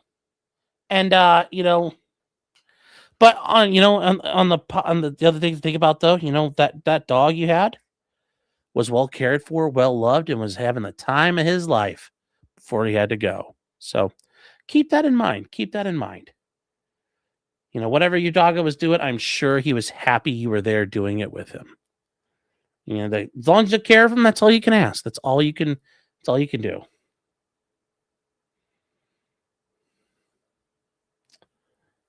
So, anybody know where Rick parked that day? He was not the CPS building. It was on Samuel Milroy Road. Doing a mall stream? Maybe. You guys are a Counter-Strike meetup again? You sons of bitches. Invite me. Appeals are for louvers. I mean, yes, but it's just in general. It's just like the NFL. You're asking the court to overturn the play on the field. That's goddamn near impossible. They're not going to overturn it if they don't have to. So, is there Flashcast? I don't know. I don't think so. I don't know. Flash has not invited me to come on, so I don't think he sent out a link or anything. No.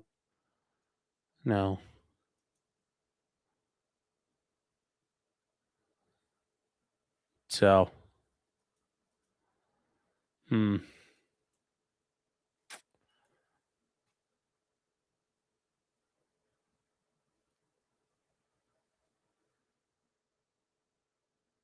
Let's see here.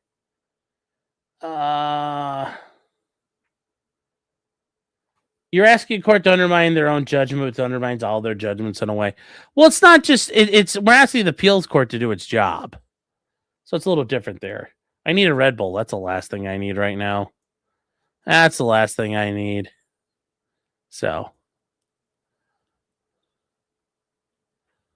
let me see here. What is it? What's left?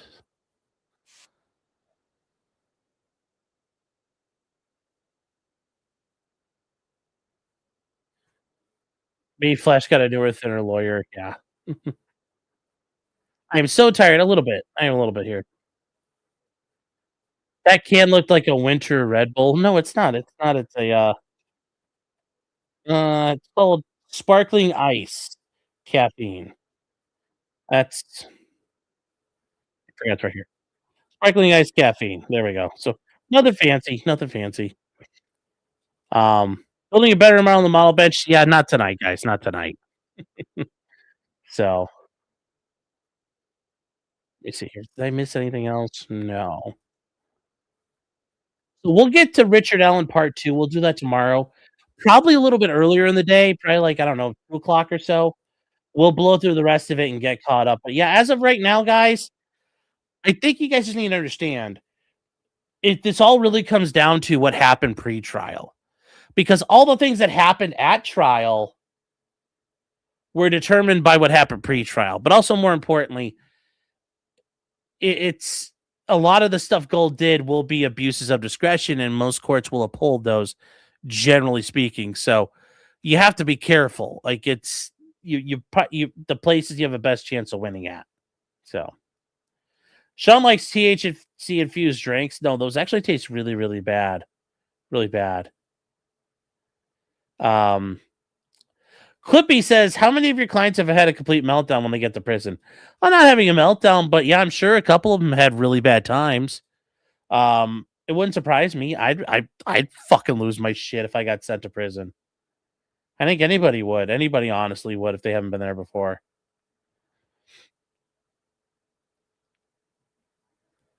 The one trial call I think they have a shot on is the Google search hearsay. Yeah, but Trenton, remember, is that enough to then say that thing alone would have changed the outcome of the trial? No, that would not have been enough. Remember, from what it sounds like, Richard Allen's confessions were the critical thing. for the jury. They heard him talking, and that was enough for them. So I don't think it would have changed anything there. Yes, I recommend eating your daughter's eyes. Thank you, Rich. Trenton, you think yes, actually? Yeah.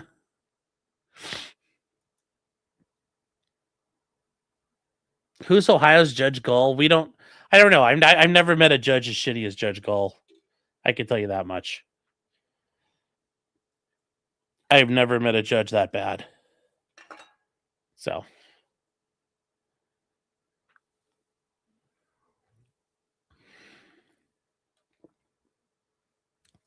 Let me see here. Yes, please take a second, guys. Like the stream. I would appreciate it.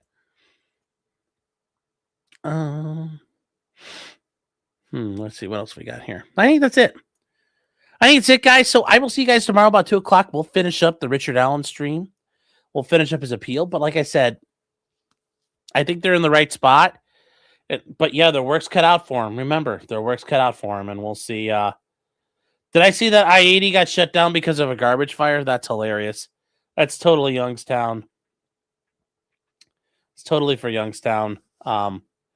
Stacy said 2 p.m. What? Yeah, we'll finish this up tomorrow about 2 p.m. We'll do the game plan. So we'll set that up, finish it up tomorrow, and be done. So, chat, with that said, I will talk to you guys later. And remember, until next time, just because you did it does not mean you're guilty. Especially Richard Allen. I don't think he's guilty. I still don't think he did it. And yes, free Richard Allen. Free Richard Allen. So, good night, chat, and take care.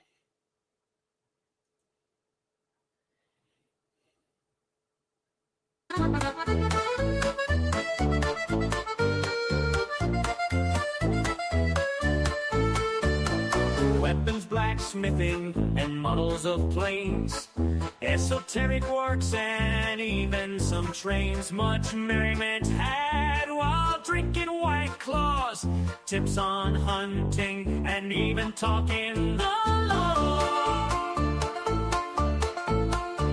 Whatever you do, just don't talk to cops, even when they nab you on illegal stops. Just 'cause you did it doesn't mean you're guilty. But please talk to a local attorney. Was that the fat guy that Kaden yelled at? Why, yes it was, he even knows he's fat. For all this fun and more, there's one place to go. Here on Sean Martin's Potentially Criminal Show. Hi, Hella, and all the Hella Raiders. We're just finishing up. We're taking out. We got through like page 85 of Richard Allen's appeal. We're gonna finish up tomorrow. We literally just finished. We're taking a break, getting a little tired, so we'll finish up tomorrow. So you guys came. Sorry about the timing. Sorry about the timing, guys.